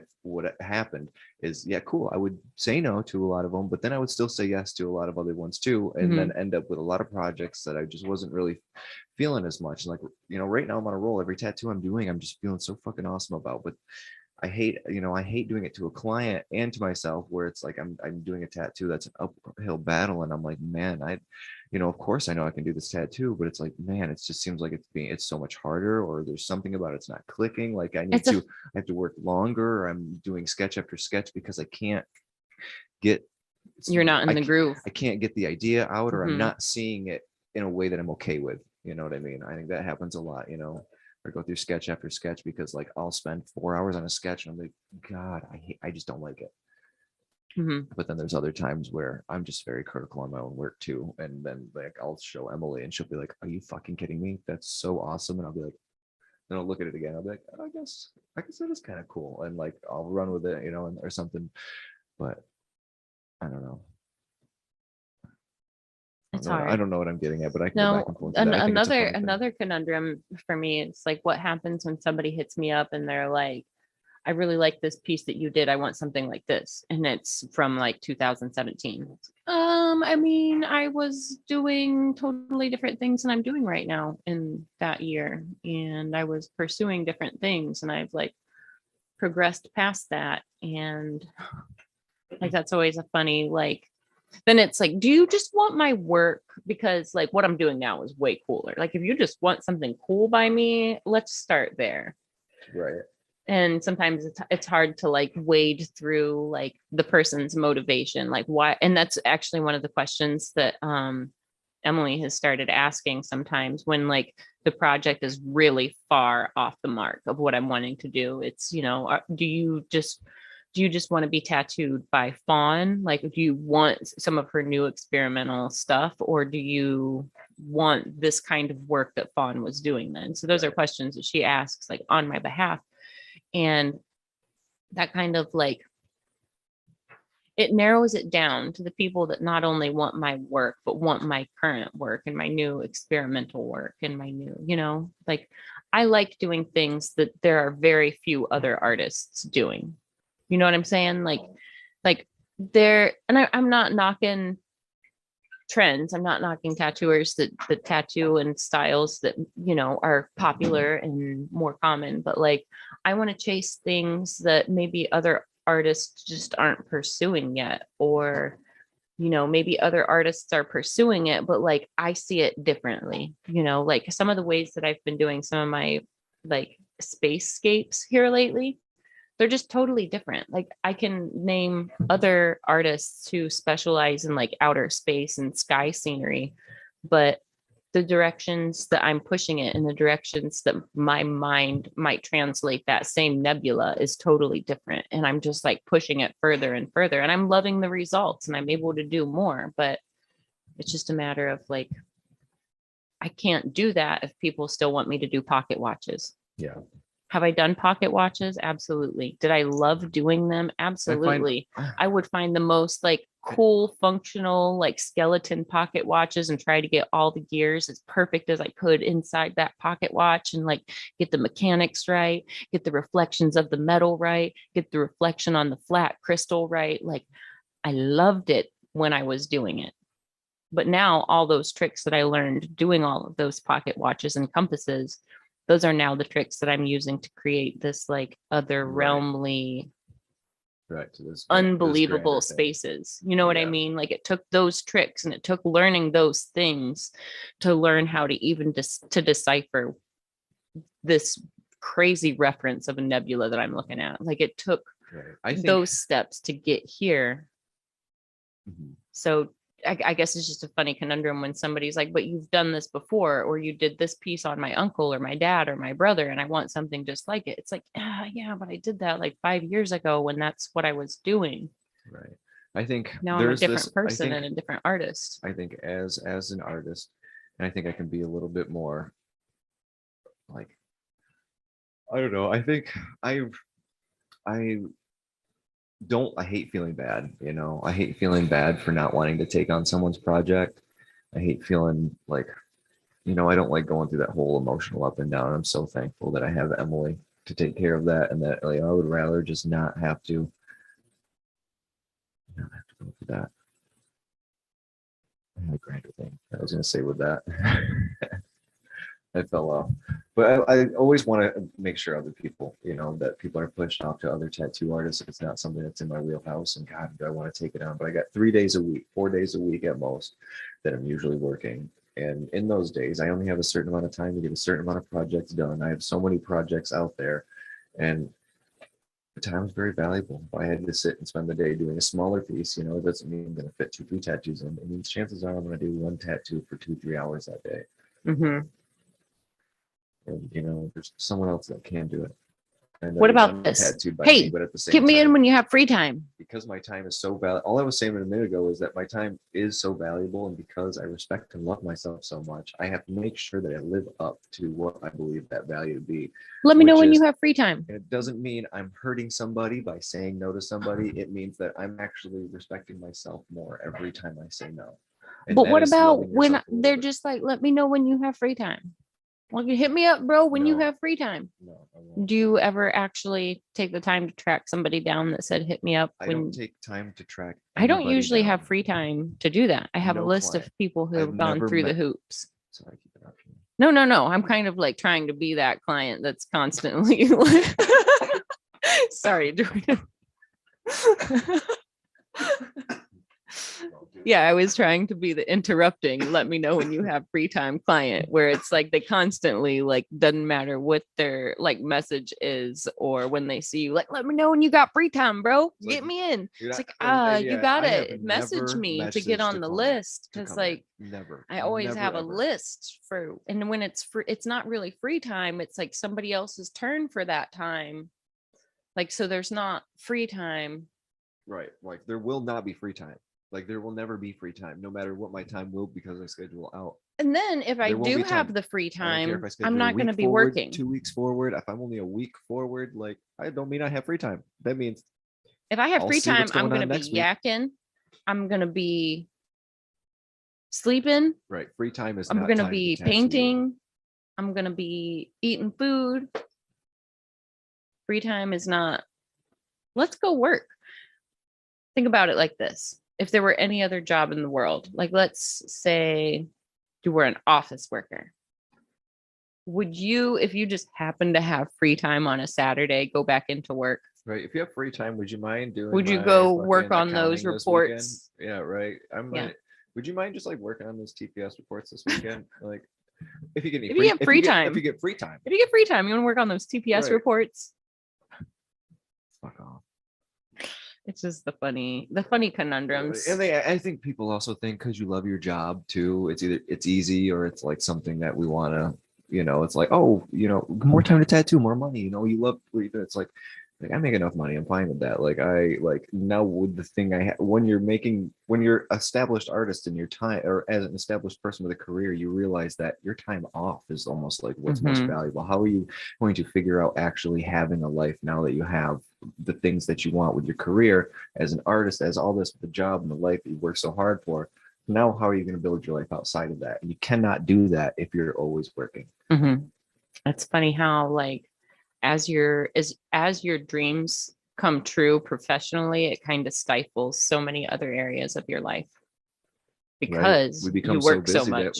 we're so tired by the time we want to do whatever else is. It's so hard to work on our other hobbies, to work on our other things that we want to get done, the things we think about all day while we're working, and then by the time we get done, we're fucking tired as shit. Yep, it's like one of the lessons. Start it again the next day. One of the lessons that so many artists, like at every phase of their career, are always working on is balancing work with home time, whatever your home time is, whether it's a family, whether it's other hobbies, whether it's sleep, like whatever it is, like there's always this funny struggle for balance. But like at the same time, it's not even about necessarily chasing money. You're actually chasing these passionate goals. And by chasing these goals, you go without sleep, you go without rest, you go without time off, you skip meals just because you're like chasing these dreams and visions and like whatever a project takes to complete. Like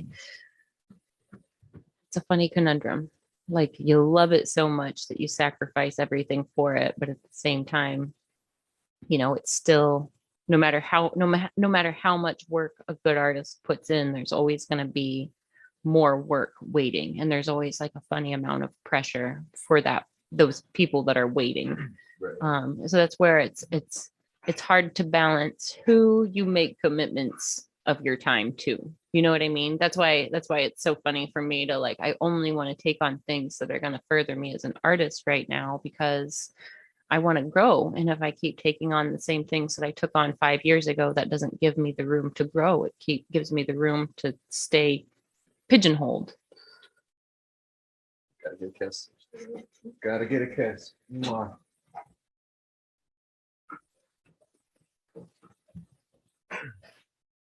Good luck. Love you.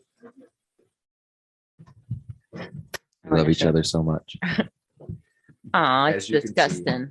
It's disgusting. Oh, it is. It's beautiful. Tis beautiful. I tell you what, that is another thing though, is like, you know, being busy career or being a busy artist, being busy, you know, having a career. And that's something that clients should also think about when they're approaching them, or not approaching their artist, but understanding when you're contacting them and all that stuff, is that all the things we've been talking about is we are very busy, and introducing a significant other into my life as well has shown me, you know, at this point in my career, you know, how much balance is needed to maintain a life outside of work, and how important that really is. And we cannot just work our lives away. This is the artist I found Squander. a few weeks ago. I'm jumping tracks on us. I just want to kind of share some artists that I've discovered and haven't really the last few weeks we haven't really done a lot of new work sharing. But I was just really impressed with this artist altogether. This is Sebastian Christian Tattoo. Oh, what do we do?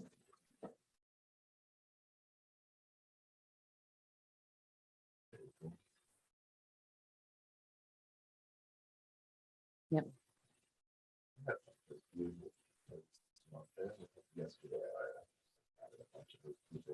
Jordan, talking to the microphone. There we go. Talking.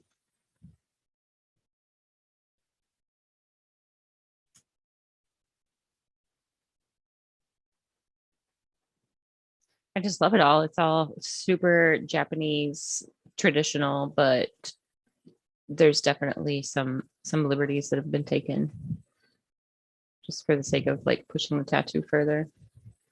Oh, what did I do? Made things crazy. Oh man, that one's way bigger than I thought it was. It's a little tattoo. Hold on, we got to get the tippy of the tail down here. You know, I always look at tattoos like this, and I really like to think to myself, you know, what would Jesus think? I think Jesus would think, man, that is fantastic. Where do I get one? That's what I like to think. I don't think he would mind. I mean, like, why would he mind? He's the no judgment. Why would Jesus mind if we marked our bodies? Look at this. I've always said that if I got anything Japanese, I would get a fantail goldfish instead of a koi. I'd get a mantis shrimp. Japanese style mantis shrimp. That would be cool. It would be pretty cool. That would be great. But I would probably not. Probably like ultra surrealistic, super fucking ayahuasca mantis shrimp. Like you found out mantis shrimps are your spirit animal or some shit in the middle of an ayahuasca trip, and they're just like interdimensionally bringing you through another dimension, caressing you, caring for you, punching away demons. How do spirit animals work? Do you only have one? Can you have multiple spirit animals? Is it like a totem? Do you have different So, spirits for different purposes? There are the totems for sure. There's of course a lot of like ways to see like the hierarchy of it, but in essence, I think a lot of people think like, oh, a spirit animal is like this animal that came to me and stuff. And maybe you had a vision where an animal came to you, and so that's relevant, you know, even dreams and things like that. But really it's more or less like a spirit animal would be like, cool, you got a recurring thing about an owl. It's like, what is it about the owl that, like, you know, something about an owl's, well, I guess that's like the basis of it. If we understand that, well, like, what is it about, like, you know, the way an owl is, that's the spirit of it. It's like, you know, why is that energy in your life? Is like an owl, what are the things it does? It's got telescopic vision, so it can hone in on its prey really well. It's silent. It's, you know, it's creepy. It can fucking, it's like a ninja. Like, what about your life can relate to that? Mm-hmm. I like the way this foo dog looks like an old man. Santa. No, I If really Santa like was this foo dog a lot. A green troll dog. Yeah, nose. Very good. This is a Krampus sleeve.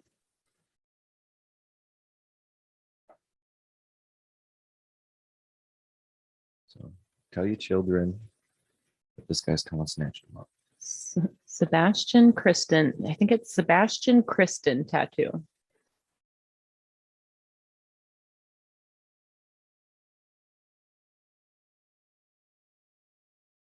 I'm gonna pull his page up so you can see.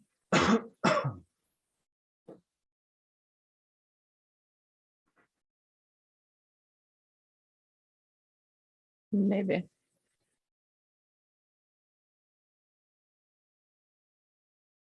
Bam.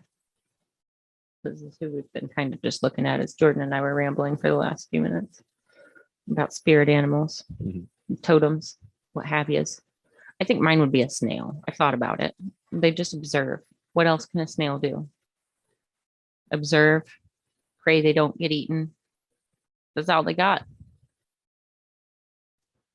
Eat. Well, They eat. They eat a lot. yeah, but they, like, You can see they suck. They got suction. They can climb on anything upside down. you ever been attacked by a snail? No, but if I was small and I got imagine that being that and you even touch a snail trail. It's like glue trap. You think? Snail trail. How you ever touched snail? Yeah, but you think It's like you would think an ant would actually like get stuck. I don't know. yeah. I'm not sure, but I do think that snails are known to be like very like vicious, and when they get bigger, they'll definitely eat. They're predatory and they can eat stuff. Like they'll probably eat little bugs and things.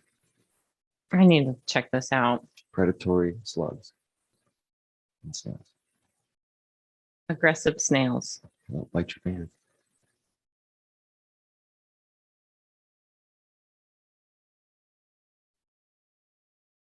I don't think they're aggressive.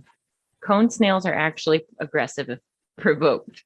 Imagine stepping near an angry snail, which turns around to take revenge. Wow. Wow. 10 creepy Angry Gary. snails that will ruin your day. 10 creepy snails. Yeah, should I share this?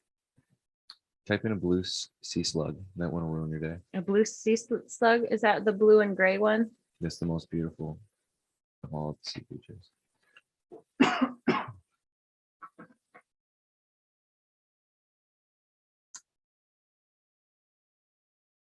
Oh yeah, that's what I thought you were talking about. Mhm. Oh, you touched something.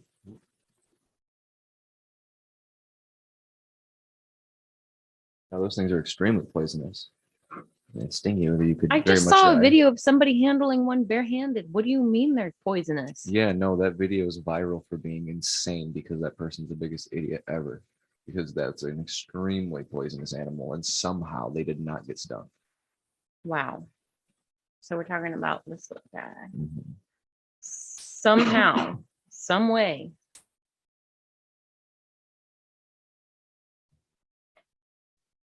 These are cool, but I thought they were harmless. I thought they were just regular little slugs. Very predatory too.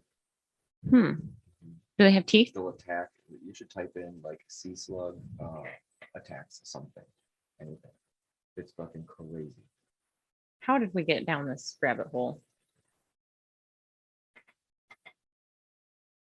I don't know about blue sea slug. Sea slug attacks.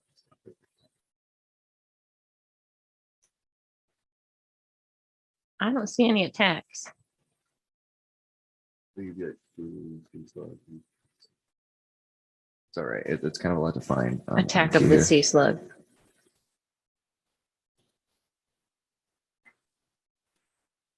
It's a nudibranch. Okay, same thing. Yeah. You can keep these little guys in little tiny aquariums. They come in all different varieties. I have been dreaming of a big tent, and I think it'll be started sooner than later because I still need 6 months of cycling. 6 more months? No, I mean, so I think I'm going to start a 70-gallon. Oh, you're just going to let it start cycling now I think while I'm- you're I think playing I'm with gonna this buy one. like a nice all-in-one, something the bottom, thing at And the just let top, the and live do rock go crazy with the little itty bitty crustaceans and just let it. You know, I'm Let gonna it do a lot of cycle with research. I probably snails. spent like 4 hours the other night just watching so many videos on so many different intricacies of things, and it's just getting me really excited, but it's also getting me like sooner than later. It's such a thing of patience, but it's also such a like you worked so far ahead of time for things to have that'll happen a year later, you know. It's funny because it's not just buying a pet. It's not just buying a thing and putting it in a bowl and watching it. Like you actually have to establish the ecosystem. And like my aquariums, they're all freshwater ecosystems. Like I've got live plants, and like one of the things that I have to watch is like how like the what is it, the detritus material, like the decaying plant Mhm. matter and like all of that. I have to like monitor how that's breaking down because I need some of that to break down and settle through my Right. sand for the plants. And so there's like this funny balance of like, do I keep the floors vacuumed and super clean looking, or do I let that stuff settle? So like there's just funny little things. And then you start talking about like tiny microscopic like invertebrates that like travel in on the live plants and all become part of the Right, ecosystem. And microbiome's going yeah, down it's there. it's so crazy. It's not just buying a fish tank, putting a filter on it, throwing some You're plastic you're decorations creating in a there. full Yeah, it's like, like not self-sustaining, but pretty fucking close. They become pretty close. yep, mine would all be like river ecosystems, And where yours 70 is gallon actually a tank's gonna be saltwater ecosystem. a bigger tank's going to actually be easier to take care of than this too. They establish themselves much better, and if something goes wrong, it takes a lot longer for things to just ruin everything. This right here, I could be gone for 2 days and all my coral could be dead Yeah. because if something can spike and something dies or something. Yep, you get a little And bit of a I'm buffer really the more worried water about you that. have. I kind of want, yeah, I don't know. Thinking about something, probably big old tank's going to be there in the future. But, oh man, what I want is, 30 years down the line, like I want to see a 30-year established tank, and I want to have that in my lifetime. And that's not going to happen waiting 10 years to get used to how my corals are going to grow. It's like Mhm. trial and error. I might as well start kind of big, starting small. It's like this tank could take 10 years to be what I want it to be. That tank could take 10 years. So you might as well start them now. Right. You're gonna get consumed with the fish world. And It I love it. happens. I want to. I see the rabbit hole and I'm like, God, I want to jump in so hardcore. You're like, I just want all these mutants right. under my roof. And I then keep them alive and I want to happy. start fragging coral like crazy.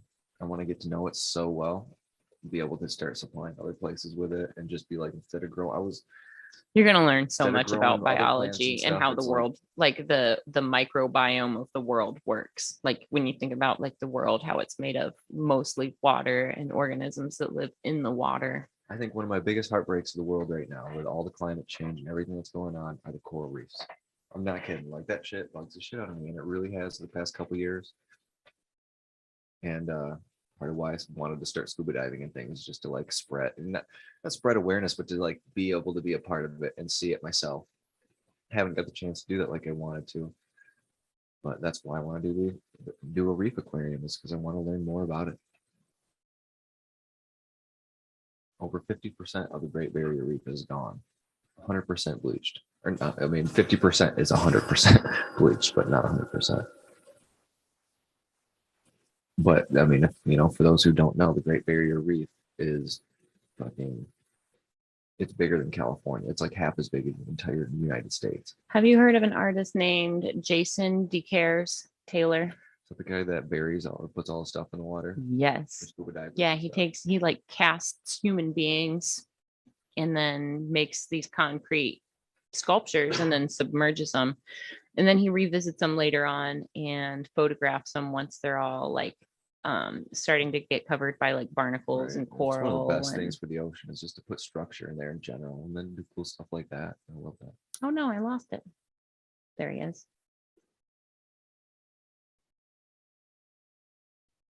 I'm gonna just kind of scroll through this is his actual page, not his Instagram.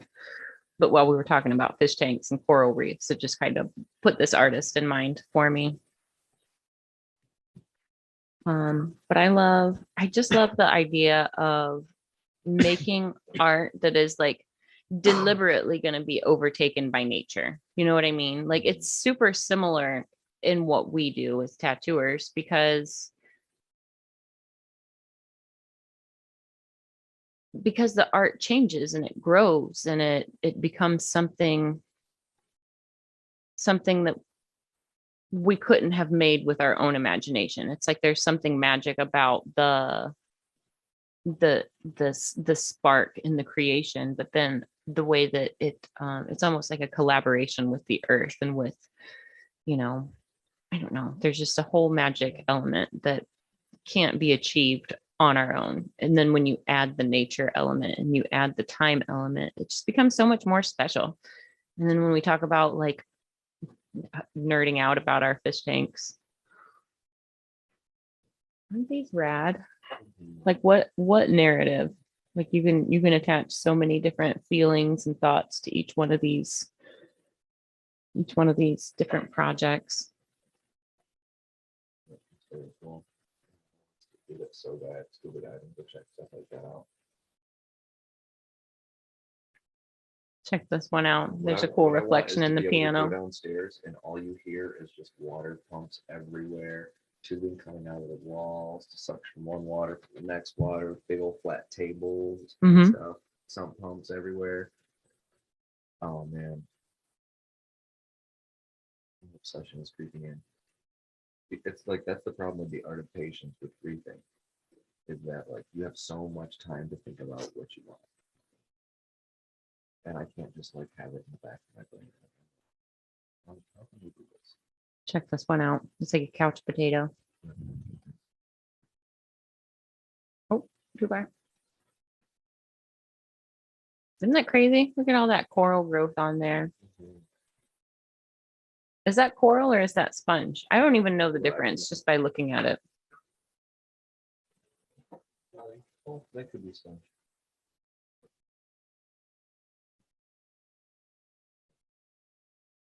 Check this one out. Well, there's a lot of soft portals, so that looks like soft portal. Oh, I don't know. Don't know. I wonder how many Still years it learning. takes for these to like grow and develop this much like character and patina. That's the word. How long for that patina? Wow. Yeah, I followed this artist for a while though. I love his work. I would love Here's to the go red to one. the ocean just to be able to mess around like this. So like, oh, cool, I'm gonna go to the ocean, go scuba diving today. Cool, go look around an area like that, start getting inspired. Like, oh, I'm gonna put a bunch of stuff in this area of the water over here that's all cleared out. Like, Could you imagine just being scuba diving and not expecting to stumble upon something like this? Mhm. Like if you didn't know this artist existed and then you just stumbled upon all of these like relics, like they look as if they're relics. That'd be creepy.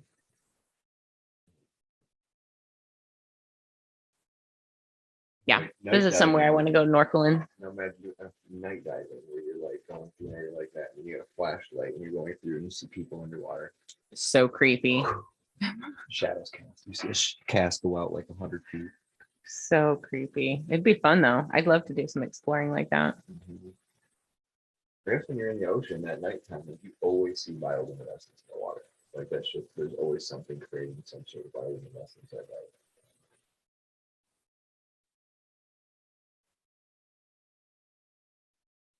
Oh wow. Look at this one. A lot of these I haven't seen before. I followed this guy forever on social media and I read articles and stuff about him, but I don't think I've ever actually been to his webpage and looked at like some of these bodies of work.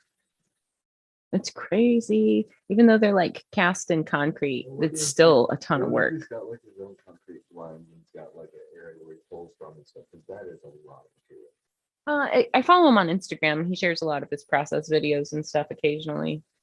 Does he have his own concrete? I don't. I mean, if you I'm sure that's probably not that hard if you like add an acid and have fucking some sort of mineral mix. yeah, if you Or jump far fresh, enough yeah. down the rabbit hole, this is a cool one.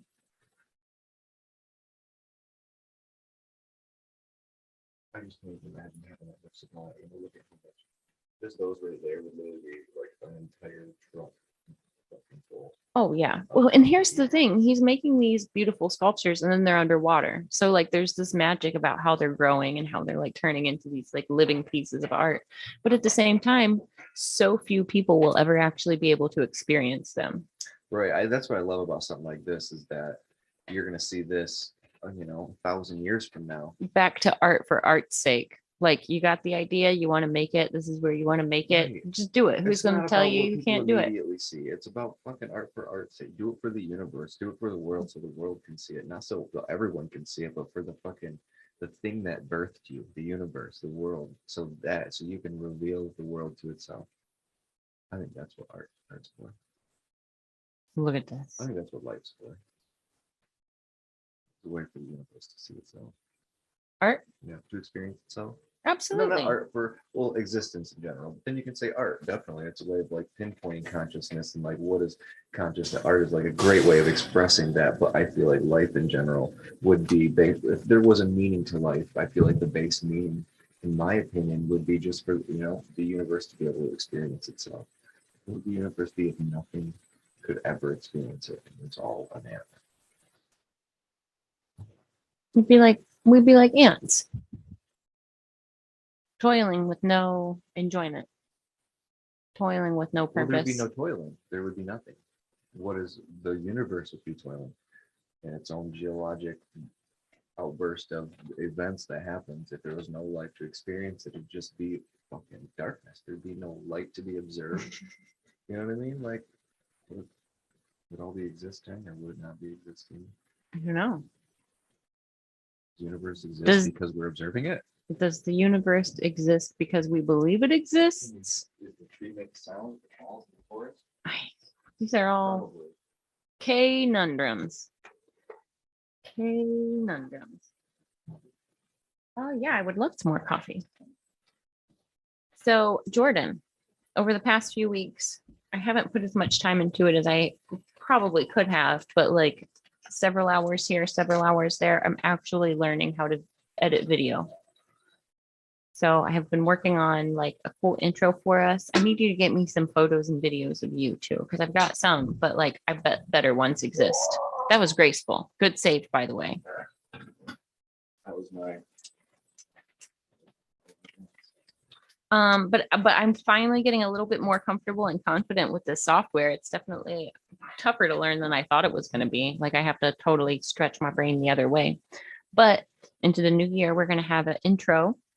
So we'll be nice and professional that way. But also, I think I'm already to the point where we can edit in bonus materials and stuff. So we can work on like additional segments.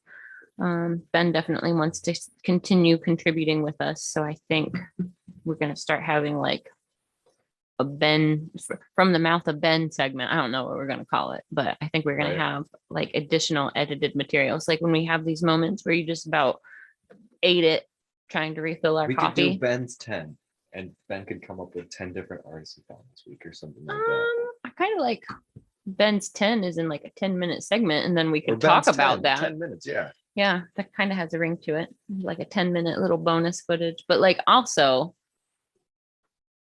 I feel wanna like 10 minutes isn't wanna long get enough. Right. I want to get our soundboards. I would like to get some cool sounds on that in the future. Is there new sounds there? Oh yeah, I already did that for us, Jordan. You got it started though. I like that. Mm-hmm.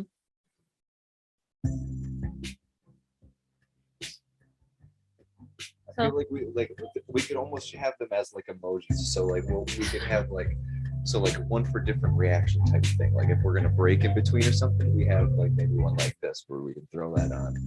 Maybe gosh, we can censor it. It's just that same 8 bars that loops. Oh, come on, stop it. Maybe I'll stop itself. I've got it like several minutes of that, so we can come in or out with it. But then we can bring it in or out. But yeah, I've been because lately, of course, it's always things that we've talked about. We've always had the plans to do these, but lately I have been listening to quite a few different podcasts, and like the Always Sunny podcast one I've been listening to too. But it's been really funny listening to people like that they're so big, their show's so good, and then they start out with the podcast, and at first it's like it's so bland. It's funny because it's them, they're talking and all that, but you can see like they're like, we don't know what the fuck we're doing. We're trying to figure this out and all that.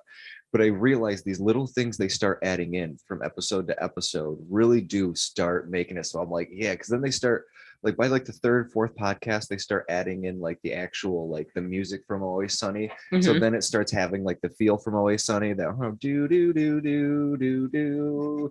So like they'll say something and then they'll stop and like the punchline will be there and then they'll press, or like right before the punchline you'll hear the intro and then it'll I don't Yeah, know. I've been However doing that goes, but I've been doing a lot of learning, and it's close to culminating into like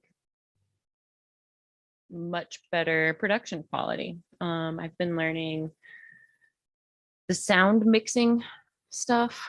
I've been learning the video mixing and editing. They're all so intensive, but little by little it's all coming together. I can't imagine if I like was starting from scratch and didn't have any like knowledge of computers. Like I can't imagine what that would be like for somebody who like was some kind of troglodyte. oh well, I wasn't gonna say a troglodyte, but like somebody that just What, you've been living under a rock? Can't use computers no good. I'm not you, not you. Other people who don't know computers. I'm glad we're not troglodytes. yeah, it's just so much. And like I feel like I already have a base layer of like knowledge, but Yeah. it's a lot. It's really a lot. And it was just kind of I don't want to say it was arrogant of me to think that I could just like figure it all out in 2 days, but at the same time, like I was trying to use some shortcuts and stuff, and those shortcuts weren't really very good shortcuts. Where once I stopped trying to like work with templates and just build it from scratch myself, and just now that I'm learning step by step, I'm learning. I'm not just like shortcutting and swapping out little video clips. I'm actually learning how to build these things from scratch. So Yeah, I remember when we first started this and I was like intensively trying to do the same thing because we were trying to do video, we were trying to do everything. We didn't have reinventing yet to help us out. And we were trying to, I was going through editing all the audio, and then I try to edit some sort of video, or like, at first it was just like pictures switching back and forth, or like the picture cards, or it was like whatever it was. And like that was the first time I've ever worked with video software, realizing all the ups and downs of that when I first started, how like I'm like, oh my God, I don't know what any of these buttons mean.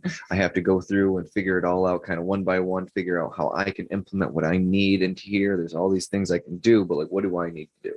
What it's can I funny use? how like there are tutorials galore out there, but not all of them like sink in. Like not all tutorials are made by the same kind of teacher teaching to the same kind of people. You know what I mean? Like, you know how you can watch like 5 tutorials on how to do the same exact thing with whatever program we're talking about, and each tutorial is going to tell you a different order of operations to achieve whatever you're trying to achieve. Like those are the funny things where like sometimes you've just gotta like haphazard your way through some of these computer programs until it becomes intuitive. I do agree with that. There's another part of things where I'm realizing how I learn. And I've always liked tutorials, but I'm bad at paying attention to them and actually going through and like doing them while I do them. But what I like to do is watch those short, here's this. I like watching the shorter tutorials if they're not super long, just to give myself like a framework for understanding things, because I won't remember it the first time. I won't know how to apply those things right away. But what it does is it creates the file and template for me to go back and fill later, if that makes sense. Right. So like, oh, cool, that now I know how to do this thing that I have no idea what I'm going to use it for. But shoot, couple days down the line, I realized, oh, I need to do this thing. Oh yeah, that button is here, so I can go and do that. But that's how I'm going to do this. That's where I'm at. Like I do the same thing when I'm reading books. I'll skim through an entire book as quick as I can, look at what every chapter is, if depending on what kind of book. If it's a book I need to learn, then I'll skim through like the chapters, read what the chapters are, maybe kind of give myself a quick thing, find the things that I like in each chapter, like spend 15 minutes doing that, not even.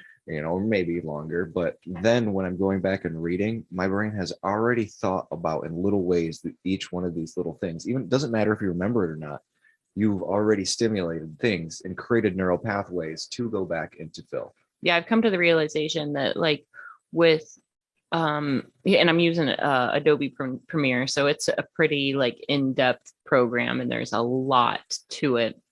But I'm learning that like the templates are there and the shortcuts are there, but I need to learn it first. So like I was fighting with trying to take some shortcuts to avoid like actually just learning the software. But now that I'm learning the software, each time I open my computer and each time I open it up, I understand a little bit more than I did before. So it's frustrating to still not have the finished product that I'm working towards. But like by the time that I achieve like a nice intro and a nice outro, then I'm going to be able to do segments on the fly super quick.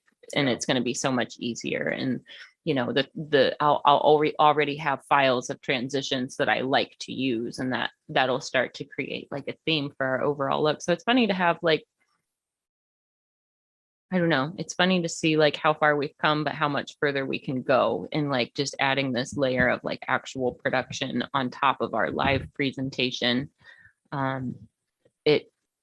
It's a huge learning curve, but I think once I have it down, I'll be able to show you, and then we'll both be able to do it really quickly. Like, I like learning the easiest way to do Right. things, but That's what I want is that it'll be a while before I go through and try to do a video intensive thing to learn. Like one of the things I had to give up a while ago because I was like, there is so much here that I could spend forever learning this. So what I've learned the things that I can use and all that. And now I want to learn more things that I can use and implement and then have that knowledge base. Man, so, okay. Just because my mind is already on it right now and I want to, it's a little bit off of this. It's future tech. Talk to me, Jordan. Talk to me. It's future tech talk because the future of technology, how stoked I am for things. So I'm imagining in the future, we can do podcasts like this, but now let's go metaverse style. Like we could be doing this entire podcast in a cool 3D space that on the screen, people are seeing exactly what you and me are doing in this 3D space. Hypothetically, you don't get sick from VR in this hypothetical world. Well, if we're sitting still in VR, we're all right. Right. We can sit there. We're not flying over mountain ranges. We can sit there for 3 hours and let's pretend we can do that. But so imagine being in a cool space like that where we can show off anything we want to show off. We can open up Instagram because you can already do that in VR chat right now, where I can open up Instagram, project it right here in front of 50 people that are next to me, and sit, talk about, present whatever I want, anywhere I want. And that's like, those are some of the cool things happening right now. Now you do that in VR space and we're having a podcast or we're having something like that right here, or we're talking and passing back and forth a creative like sculpture or something like that, and we're sitting here making something or painting something. Even now with the graffiti programs and stuff, we're both sitting here making graffiti, talking about stuff, bringing stuff up. Yep, the time is going to come that we'll be able to pass this ball back and forth, and within that ball it's just going to be a whole creative universe that we've just been volleying. There's something so huge coming up with this, and like my brain's doing that stupid cryptocurrency thing. I'm not thinking about cryptocurrency. I am a little bit because I'm like, I know stuff like that's going to be involved hugely with it, but it's more or less like, holy shit, this is going to be the new internet, the whole metaverse thing, but it's going to change the way we do everything we're going to do. I don't want to miss out is what I'm thinking. I want to be at the forefront of this. I want to know what I want to be creating shit for it. I want to be creating worlds. I want to be someone who's already got land there. You know what I mean? I want to like have stuff established so I'm not the last one who just found out that Dogecoin I pulled my money out before Dogecoin went way the fuck up, where I could have been a millionaire because I had $1,000 in there or something, like, you know what I mean? But so like there's all these things you can invest in right now that are going to be huge. Even land in the metaverse is going to be, right now you can buy fucking land for like 10 G's and it's basically an NFT, and you have this fucking super crypto powered little piece of land, and then and they're people already are going to selling have to, like, once you more build up as your value goes crypto up. whatever on it, you're going to have to charge people to come in and enjoy your exhibit. And when they only have so much space for things and they create space, and like they're fucking, if you got a bunch of people living in a world, and this world's only so big, and like people are there every day, that these things have created almost real value there, like it's going to start real, like value is going to be real there to whatever kind of thing you're using there, whether it be, just like an NFT right now, like you can have a picture of something that can be worth $1 million just because of how it's like cryptically secured, and you can have that there in 1 million different ways. And so you're creating real art with real value because it's an NFT and cannot be reproduced. But the metaverse is going to take that to a whole new scale. And like, to me, I'm thinking, what are these innovations going to be that I can't even think of now? There's so many people at the forefront of thinking about what. Do you remember in the early the 90s, the way that they would talk about the internet? Like metaverse billionaires are going to be like the next big boom of billionaires, and it's going to be huge. Do you remember in the early 90s how, like, when the internet first became, like, everybody could connect to it, and like modems were slow and like, do you remember how like skeptical people were, and how skeptic people were of like chat rooms and like, well, let's get in a chat room. I mean, 15 minutes before. Oh shit, now I'm on. Let me get on my AIM real quick. could you imagine when back in the AIM days, did you imagine having like video messaging like Zoom where we could all come together? No, like the we days were where it's like like, me how and you fucking and Todd cool. and Ben and Lauren, We're and like- we're all just connected as if we're in the same room It and was we're all unheard like of. laughing together. Like And headphones without a cord. Like I was dreaming of that shit. All I wanted was headphones without a cord. I was like, oh man, that technology ain't never gonna happen. That's crazy. Even in high school, I was like, they didn't have it yet. Like it was only like 10 years ago. yeah. Yep. 12 years. I'm getting old. I gotta be realistic. It is cool. It's fun. It's been a super fun journey. I definitely, you know, I knew that this project was going to consume a big part of my life. I didn't, however, feel like, or I didn't know that I was going to learn as much as we've been forced to learn and teach ourselves. And, you know, I'm looking forward to the reinventing event that's coming to Red Tree after the one that I was able to help with in Jiminy Peak. It makes me just look forward to like learning more from Gabe and the reinventing team even more. Like the more I learn, the more helpful I can be down the road. And I also learned that I really like sitting and like running the AV stuff for seminars. Like I feel like that could be a thing. Like, you got a seminar? Hit me up. Let's make a video of it and let's get it organized. And that's another thing that like the more fluid I get with video editing, which I learned just to make, or I am learning just to make this like quick intro and outros. But once I learn that, then we can put together really nice, thoughtful seminars that are more than just like a person with a PowerPoint. It can be like a nice cut and edited presentation. And, you know, I realized that like I enjoy asking the questions that like maybe somebody that's been tattooing 1 or 2 or 3 or 4 years has been asking. Like I like putting on the hat of when I was learning, what did I want to know? What were the questions that like I was swimming upstream to learn the answer to? And it's kind of fun to be the person to like prompt the teacher to share more knowledge, you know what I mean? Or help make that knowledge even more digestible. I realized it's fun and I enjoy it, and I'm looking forward to like incorporating more of that into my life. And I didn't see that coming at all. Yeah. I didn't see like, I don't know, becoming more of a tech nerd than I absolutely needed to be. And I mean, I still feel like because of time constraints and like, you know, life and Yeah, I remember when we first started, you were kind of like, kind of a time thing. I don't got time for that. I can't Yeah. really, like, not necessarily just like that, but I remember you were picking and choosing your battles a lot in the beginning, where it's like, you know, that's a lot to learn right now. yeah, I mean, it still is, but it's one of those like the ball is rolling on this, and we're 65 episodes in Right. now, and I feel like I've got a whole come list so of far people that I'm since ready the to beginning. schedule into the new year. I kind of haven't been wanting to schedule a lot of guests during the holiday season, just because like schedules are changing a lot and things like that, and it just seems like everybody's extra busy this year, like in the art world.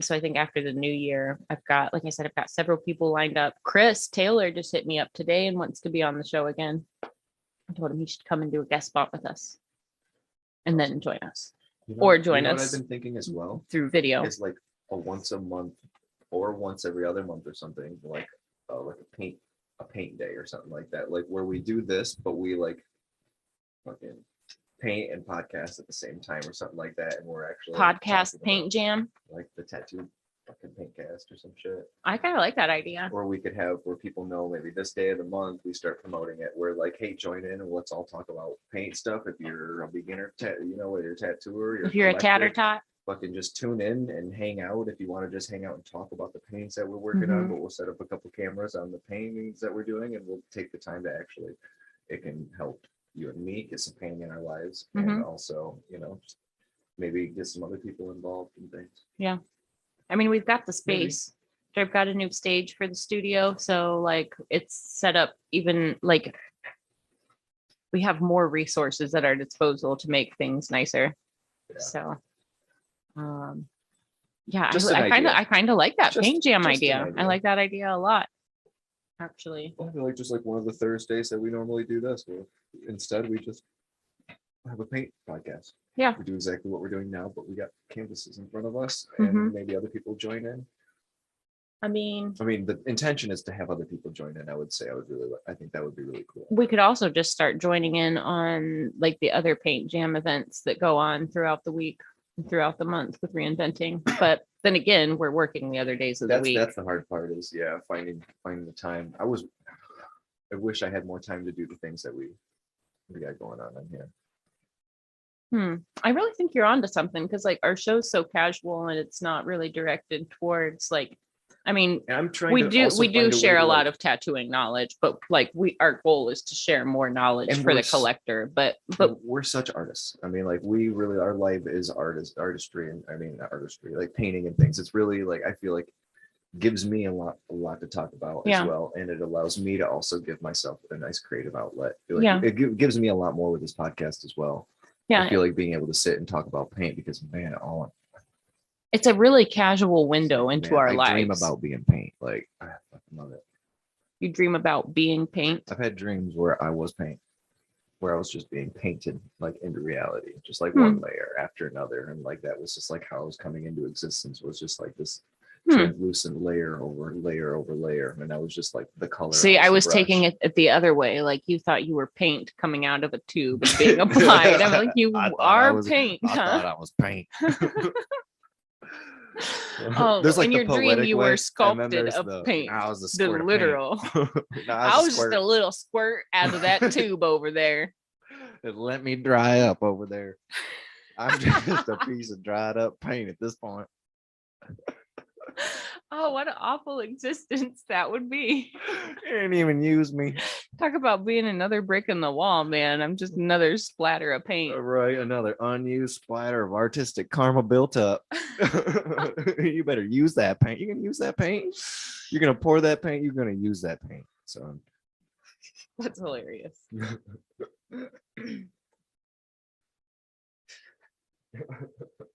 Thought you were the paint. I thought you were. I was not in the ways you thought. This piece that's on your Wacom, WACOM, the Wacom. That is Wacom, Wacom. That's the piece that we use for reference for Joe's arm. But I'm gonna totally change the color around. It's gonna be totally different by the time we're done with it. Oh, We're just so kind of jelly. stealing the lines from it.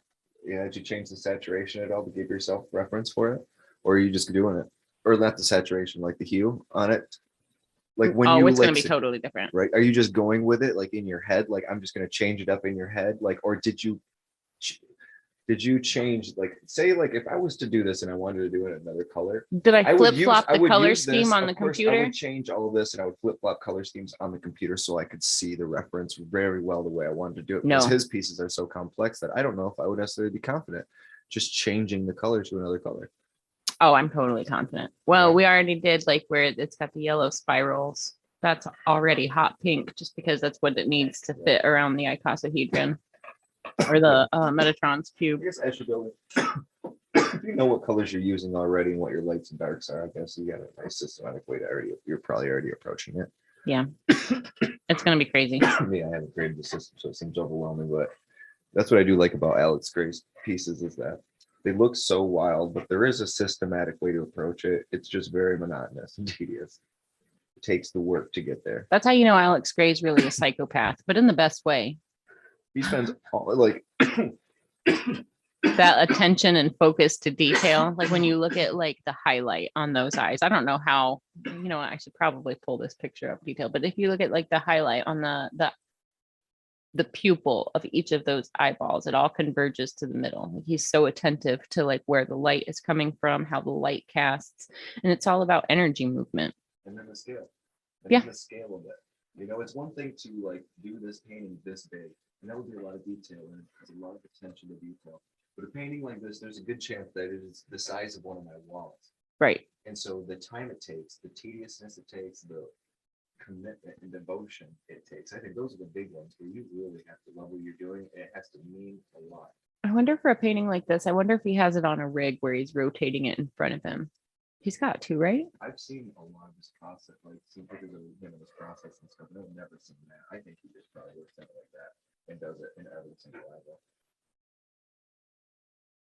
I don't know. I think He's a wizard. I could see his brain, because the way my brain would see it too. If I was doing that on that scale, I would be like, "Ooh, this is a good chance to learn how to do a face upside down, how to do this, all of this, because you're going to do it in every single angle. So it gives you a chance to see how to come at those things from every angle. So I feel like you learn so much more about the objects you're working with, how the light hits those objects, how everything's Yeah. working from Mhm. so many angles.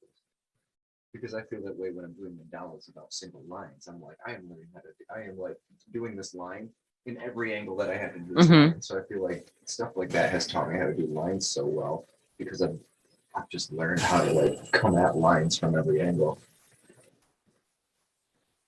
Tedious man.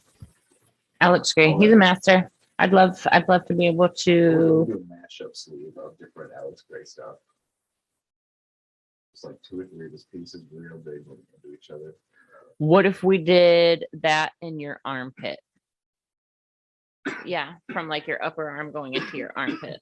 Put a portal there like this. Put a portal like that in your armpit, radiating out, and then that can fill the outside from the in. Be I gnarly. do like that a lot. I'm gonna have to go through Alex Gray's work. I got all of his books. I do like that. But I haven't thought about that idea. So that's Microphone. so yeah. I forget. Jordan forgets. I gotta talk into a microphone, so I can't hear my voice in my headphones. It's already different. I mean, we I can don't. It's okay. I don't need to. I'm not complaining or trying. I'm just demanding saying you, but it's okay. No, earlier today, Jordan was like, "There's static in the headphones." I was like, "They're $10 headphones." it's fair. But is there something else going on? I mean, they might have been 19. I don't know, but they're Sony's. They're travel headphones. They're nice and lightweight, but they can get the job done. Right. But our Sennheiser ones, the bigger ones, Right. those See, are when I start really, getting- really nice. It's like trying out a new thing with the volume. So now with the new thing, now we got a bunch of static. Before, I guess it was really loud, but I never had any static even with these headphones until now. And that's where I'm like, man, how can we get rid of it and get what we want still? Yeah, I've just been listening to a few of our Probably not previous for you episodes. guys. Sorry. But Yeah, I've just been listening to a few of our previous episodes and want to adjust our sound. So I it's trust hopefully it. better in the long run. So we'll listen to today's and see, could be worse, could be better. But, there's always all these, like we were talking about earlier, there's all these little fine tune adjustments that we can make that where like each week it might be 1 or 2 little tweaks, but like, we're finding our groove. Like the way that we set up and tear down, that used to take forever and be like nerve wracking, where now it's like a 10-minute thing and we're done. It's takes no effort anymore. So like, love that. We've definitely come very far. And I feel like, I don't know, the podcasts are cool. I feel like in some sense we've talked about everything we can talk about, but we also always come up with new things to talk about, and we still talk about a lot of the old things. And then with the new, because it's going on for so long, we always have a new idea of old Mhm. things we've talked about. So I love bringing up old things that we talked about in old podcasts. Yeah, it's to the point now where it's like, oh, we haven't talked about this in a while, where I like that we can like revisit and like the conversation's different. Like the last few weeks, Todd has been unable to join us, but I always love when Todd's able to join us because he brings such a different side to the conversation, because he's not a tattooer. He's never worked in a studio. He's literally just like a super passionate collector, and he's like is equally in the community as you and I are, but he's just got a totally different point of view. And I love what Todd brings to the table when he can join us, because it changes the direction of the conversation, and it's a very relevant direction every time, just because like,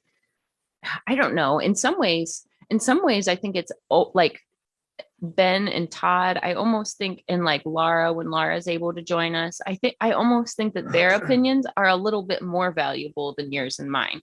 Like we're like steering the ship of the show, but it's really to hear collectors' opinions and collectors' stories. So like, I love when we get regular content from so many different people who take time out of their day to come and just like talk with us. I just love hearing their points of view and their motivations for collecting. And I love hearing how like similar it is to mine and yours, but like at the end of the day, we're still tattooers, you know, so that changes our viewpoint because we're on both sides of the mirror. Right. So Right. There's such a 50-50 split there. I 100% agree with this you. brings me to something. You and I were talking about it before we went Collectors live. need to hear it from our point of view. If it did come from I feel like if it just came from a collector's point of view, that is great. And there's a podcast for that probably, you know, where it's like collector coming from only a collector who is not, because that is going to explain a totally different way that you're approaching that realm. And then there's this barrier that you're always at, where you don't know exactly what it's like to be the tattoo artist. You know what I Right. mean? So like there's always that barrier. And so you can always talk about everything up to that. So you're always kind of leaving out whatever other jargon that might not be Mhm. so focused on that. So I feel like that, you know, could be a cool podcast, but I feel like also there's just this like dualistic fucking thing where it's really great that we got both sides, that we are a tattoo artist, can come from that standpoint. Mhm. We are collectors, and then we have the opinion of, and that we value the opinion of the collector when Mhm. they're on so much that it just creates a great fusion. So I love our thing. I love this. So what we were talking about before is I am over the next few weeks probably going to line up like our next 3 months worth of guests. So if you're an avid listener, a first time listener, if you want to share any of your tattoo stories, Instagram's probably the easiest way to reach us. Jordan and I both see those messages, so it's a nice instant communication. But if you reach out to us, we'd love to hear your stories. We'd love to hear, like, if you don't have any tattoos yet and you want to talk about how you're looking for your first tattoo, like, we'd love to hear your story. If you are deep into your collection and you want to share stories, we'd love to hear it. Like, you know, we want to hear from all different kinds of collectors. You know, there are people, every collector at one point had 0 tattoos. So, you know, we're all in different places, but we all have different relevant points of view and different kinds of knowledge to share and different experiences to share and different motivations to share.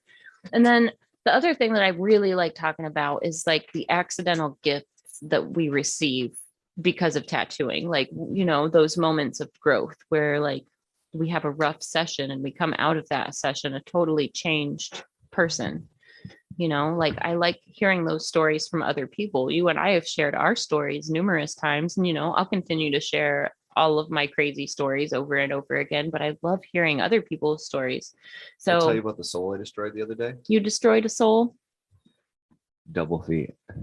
I was going to ask, I've been meaning, we keep going down a different rabbit hole every time the thought comes into my mind. How far did you get with the feet? So we got so we had I forgot you were there that night. Yes. So we did we went at it, we did all the yellow of all the negative spaces in there, and so did that right away because his feet healed up really, really light. Mhm. From the gray wash that I normally like to use when I'm doing a project like this, and do like everything kind of light and then go back in and fill everything up so I can change from gray to black, you know, in a nice transitions if I want to. But because it was on a foot, the normal way it healed up really light. So I had to make sure that I had that all mapped out. So I'm like, cool, we're going to go with the lights first, do all that, get that done. Did that, both feet. He was okay. You know, he was still hanging in there. We had a lot of Zenza. Zenza helped him a little bit on the feet, but you're 100% right about the fatty tissues, fatty areas. So take it much better anywhere near bone. Really doesn't do a damn You thing. get just such a small window where like you just got to get in there, break the skin, and then use Bactine for the rest of it. So we started filling the black fill of the flower of life patterns around his other foot. And he just realized, like, I think in his head, he thought, like, because the outline is so quick, you know, I just blast through that like it was all going to go super fast and get it all done like that, and realized like it takes a minute to really get that black on the foot and then do that 1,000 times across the board. Like, and it was a lot for him to deal with, and Zenza just wasn't taking hold. And because he bought the Zenza, he thought it was just probably going to be, you know, totally numb. And I told him not, you know, told him it's going to work good, but it's not. We actually had like there's a process to do. It wasn't like an intentional pep talk, but it did kind of turn into a pep talk beforehand, because like I was chilling out in the garage and just like hanging out and doing like catching up on some chores around the shop. And I was telling him how Zensa works for me and how it has worked, and like, how like in the fattier tissues, like the love handle areas, places like that, it works really, really well. But like on the feet and ankle, wrists, hands, like you have a very short window of time. So I was like, you got to look at it like it's just a head start. You got to look at it like it's just easing you in, because I didn't want him to think that he was going to be numb the whole time. I wanted him to be mentally prepared. I would rather not start from the beginning. And I like it when my clients come in with the mindset of just like a warrior from the beginning and not worrying about the pain. Like, it's going to be an uphill battle if you come in worrying about the pain. And if you're already worrying about numbing and just like trying to take the edge off the entire time, when the real pain sets in, you're not going to be ready for it. I mean, you might be ready for it, but it's going to hurt so much more when your expectation from the start and what's happening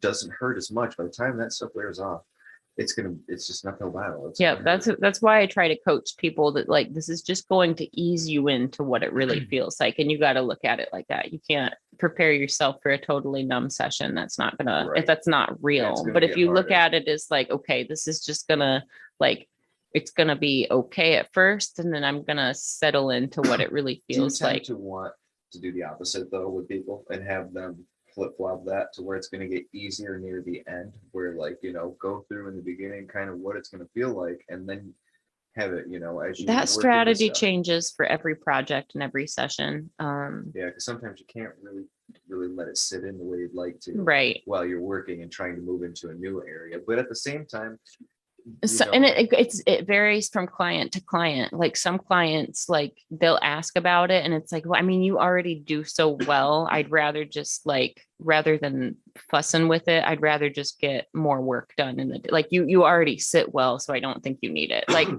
sometimes that's what it is. Other times it's like a client doesn't even ask for it, but like, I know we're going to be tattooing the ditch for 2 hours. So while I'm working on the forearm, I might just have that area soaking just because I know we're preparing for something rough coming up. I do think, the more a client, as a tattoo artist, explain what it's like, with clients. I try to save it for the rough areas though. I think the more I am inclined to bring up numbing stuff and all that, the more someone's going to complain about the pain or talk about how much it's going to hurt. And then I'm like, we're going to be working at elbow, we're going to be working on the ditch, and we have not even started anything, and you're already worried about the pain and all that. I'm like, it's going to be really uphill battle. So in my head, already start thinking out plans of action of when they might, Zensa, or when they don't, because I want to work a certain way. Of course, I don't want them to feel pain, but I'm mostly thinking about how, and not mostly, there's like a 50-50, maybe 60-40, where I'm like, I want to be able to work the way I need to work without having them stop, having to apply Zensa for 40 minutes and wait or something like that randomly because it hurts so bad. Already having it planned out. So I know that like, cool, we're gonna work in this area, then we're gonna have it sit over here. And just having a plan of action so that I can work smoothly and get the job done, because your job gets significantly harder when, I mean, I sound like an asshole saying variable and an extra step. The more because 3/4 of our client, like 3/4 of my clients sit really still, don't really move and all that. And I don't want to make people who do move around, because I can move around and stuff, make them feel bad. But it tends to be a bit of an uphill battle when we have to stop every 10 minutes and stuff like that. And that's, I don't know. I feel like I'm being a little too hard on people right now. I get the struggle. I haven't been tattooed in a while. I'm getting tattooed soon. I'll feel it soon. That's why it's important that we stay active collectors to stay on this show. That way, like to keep doing this show the way that we do it. Like if we lose touch of like how much it sucks. I become a little bit elitist sometimes. At the same time. I feel for people hardcore, but I do become a little like I notice how much harder my job gets when they're in pain, and when I get so used to that not happening, and then it's like that. I don't blame the client. I'm like, I totally understand. I totally feel where you're coming through, but then I find myself like my day's thrown off a little bit, where I'm like, okay, now we're gonna do this. Now we gotta sit around for an hour, probably smoke, chill. I do enjoy that, but I feel like I'm complaining. There's no complaints. I like the challenges and the changes between every tattoo, but I notice when there's a difference in things. So yeah, and one of the things that I like to remind my clients is like sometimes sometimes a tattoo is just gonna suck. And like the only way to get through it, I call it is cruel to be kind, is like just let me get through it quick. If you can just like, let's say we're in like the crease by the armpit. We're working on the sleeve and I'm like capping it up to the shoulder, but we've always got that little area by the armpit right here that really, really sucks. Like that area hurts more than in the armpit. Like if I can just be totally blunt, that area sucks bad. So like when I'm tattooing somebody there, I can, if it's something very detailed and intricate, I might take time to Zensa the area. But if it's not, and we're just coloring, like, let's say it's sky scenery that's connecting, I can just like look at my client and be like, okay, we're getting to the sucky spot. Give me 8 minutes. Just suck it up for 8 minutes. Let me get this area saturated. Let me get this connected, and then I won't touch it again. And it could take longer. It could be shorter, whatever it is. But it's one of those like, here we go. And it's just the kindest thing I can do is to just get it done as quickly as possible. Like, okay, I'm going to get in, but I'm going to get out as fast as I can. Ready? Take a breath. Here we go. And then I just like dial in and I zone in on my client and I pay like the utmost attention to their breathing. That way I can like push it. I want to get that ink in as quickly as I can, but I don't want to push them into shock at the same time in that few minutes. Right. So like there are times where like they're bearing down or they're holding their breath and it's like, okay. And I'll hold my breath with them. Like if I notice my Right. client's holding their breath and when I need to take a breath, that's when I go Helps you and get dip on for their, ink. their wavelength a little Yep, bit, so you exactly. understand like, okay, this is what it's like to Yep. be so tense and hold Yep. your breath. So right I now. go and I dip, and then while I dip and I can have my hands on them and I feel them catching their breath, like I let them take 3 or 4 breaths and it's like, okay, are you ready? Here we go. And I just get back in and I work as efficiently as I can with that dip full of ink. And it's just one of those, like in those few minutes, whether it's 8 minutes, 10 minutes, 12 minutes, 15 minutes, it's like we are truly working as a team because I know every time I touch them, it is one of the most painful sensations they've felt. But the other way for me to do it is to dilly dally around. And every time I touch and I'm gentle and I'm half saturating, it hurts just as much. You know what I mean? Yeah. Like it doesn't hurt less. It just makes it take longer. Exactly. So So that's where it's like, all right, homie, we're in it together for the next few minutes. And then the next area, you're going to be able to totally catch your breath.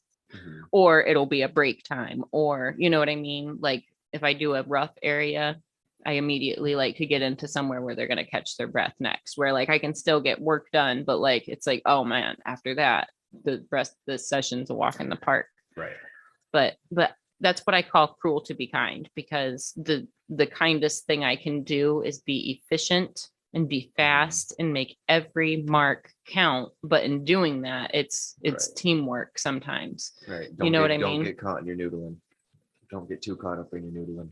In those areas, yeah, I try to be really strategic and not make super detailed things in those bendy, most painful Right. areas. And then the Yeah, other the reason is wisdom those that I areas gained, will 'cause crack. in the past, in my own work, I feel like that, I find before I would get tattooed myself and have such large scale work and understanding what it's like, and like some areas it's nice to use big gradients because you can just work through it really quick or something like that, as opposed to, okay, let's add the most detail in the most sensitive area where Right. you're going to be nitpicking every little thing right there. Yep. And you have to nitpick it to fucking high heaven in that area, and they're going to have a hard time, which is going to give you a hard time because you can't do what you need to, and you know that you need to get all this detail in there. And When they I was can't sit working for on it. Joe the other night, as we like got the darker color in, because I had to work the darkest colors in first because we're building a glowing gradient on his arm. But like as I was working towards that like edge of the armpit area, I was like, aren't you glad I made these nice big triangles right here, of flesh tone to like transition? He's like, oh man, yes. I was like, any other way we would have done it, I'd be bringing so much more color in. The downside is I had to bring those lines closer into his armpit, but less time, less saturation, less beat up. Mhm. He was thankful. That's how I got my appointment with a guy. Yes. When's that coming up? March? February. February. Sometime in February. Nice. Then I got a guest spot out in Cali. The Nice. month after. Yep. You were telling me. I'm gonna go out there. Good deal. Out in Oakland.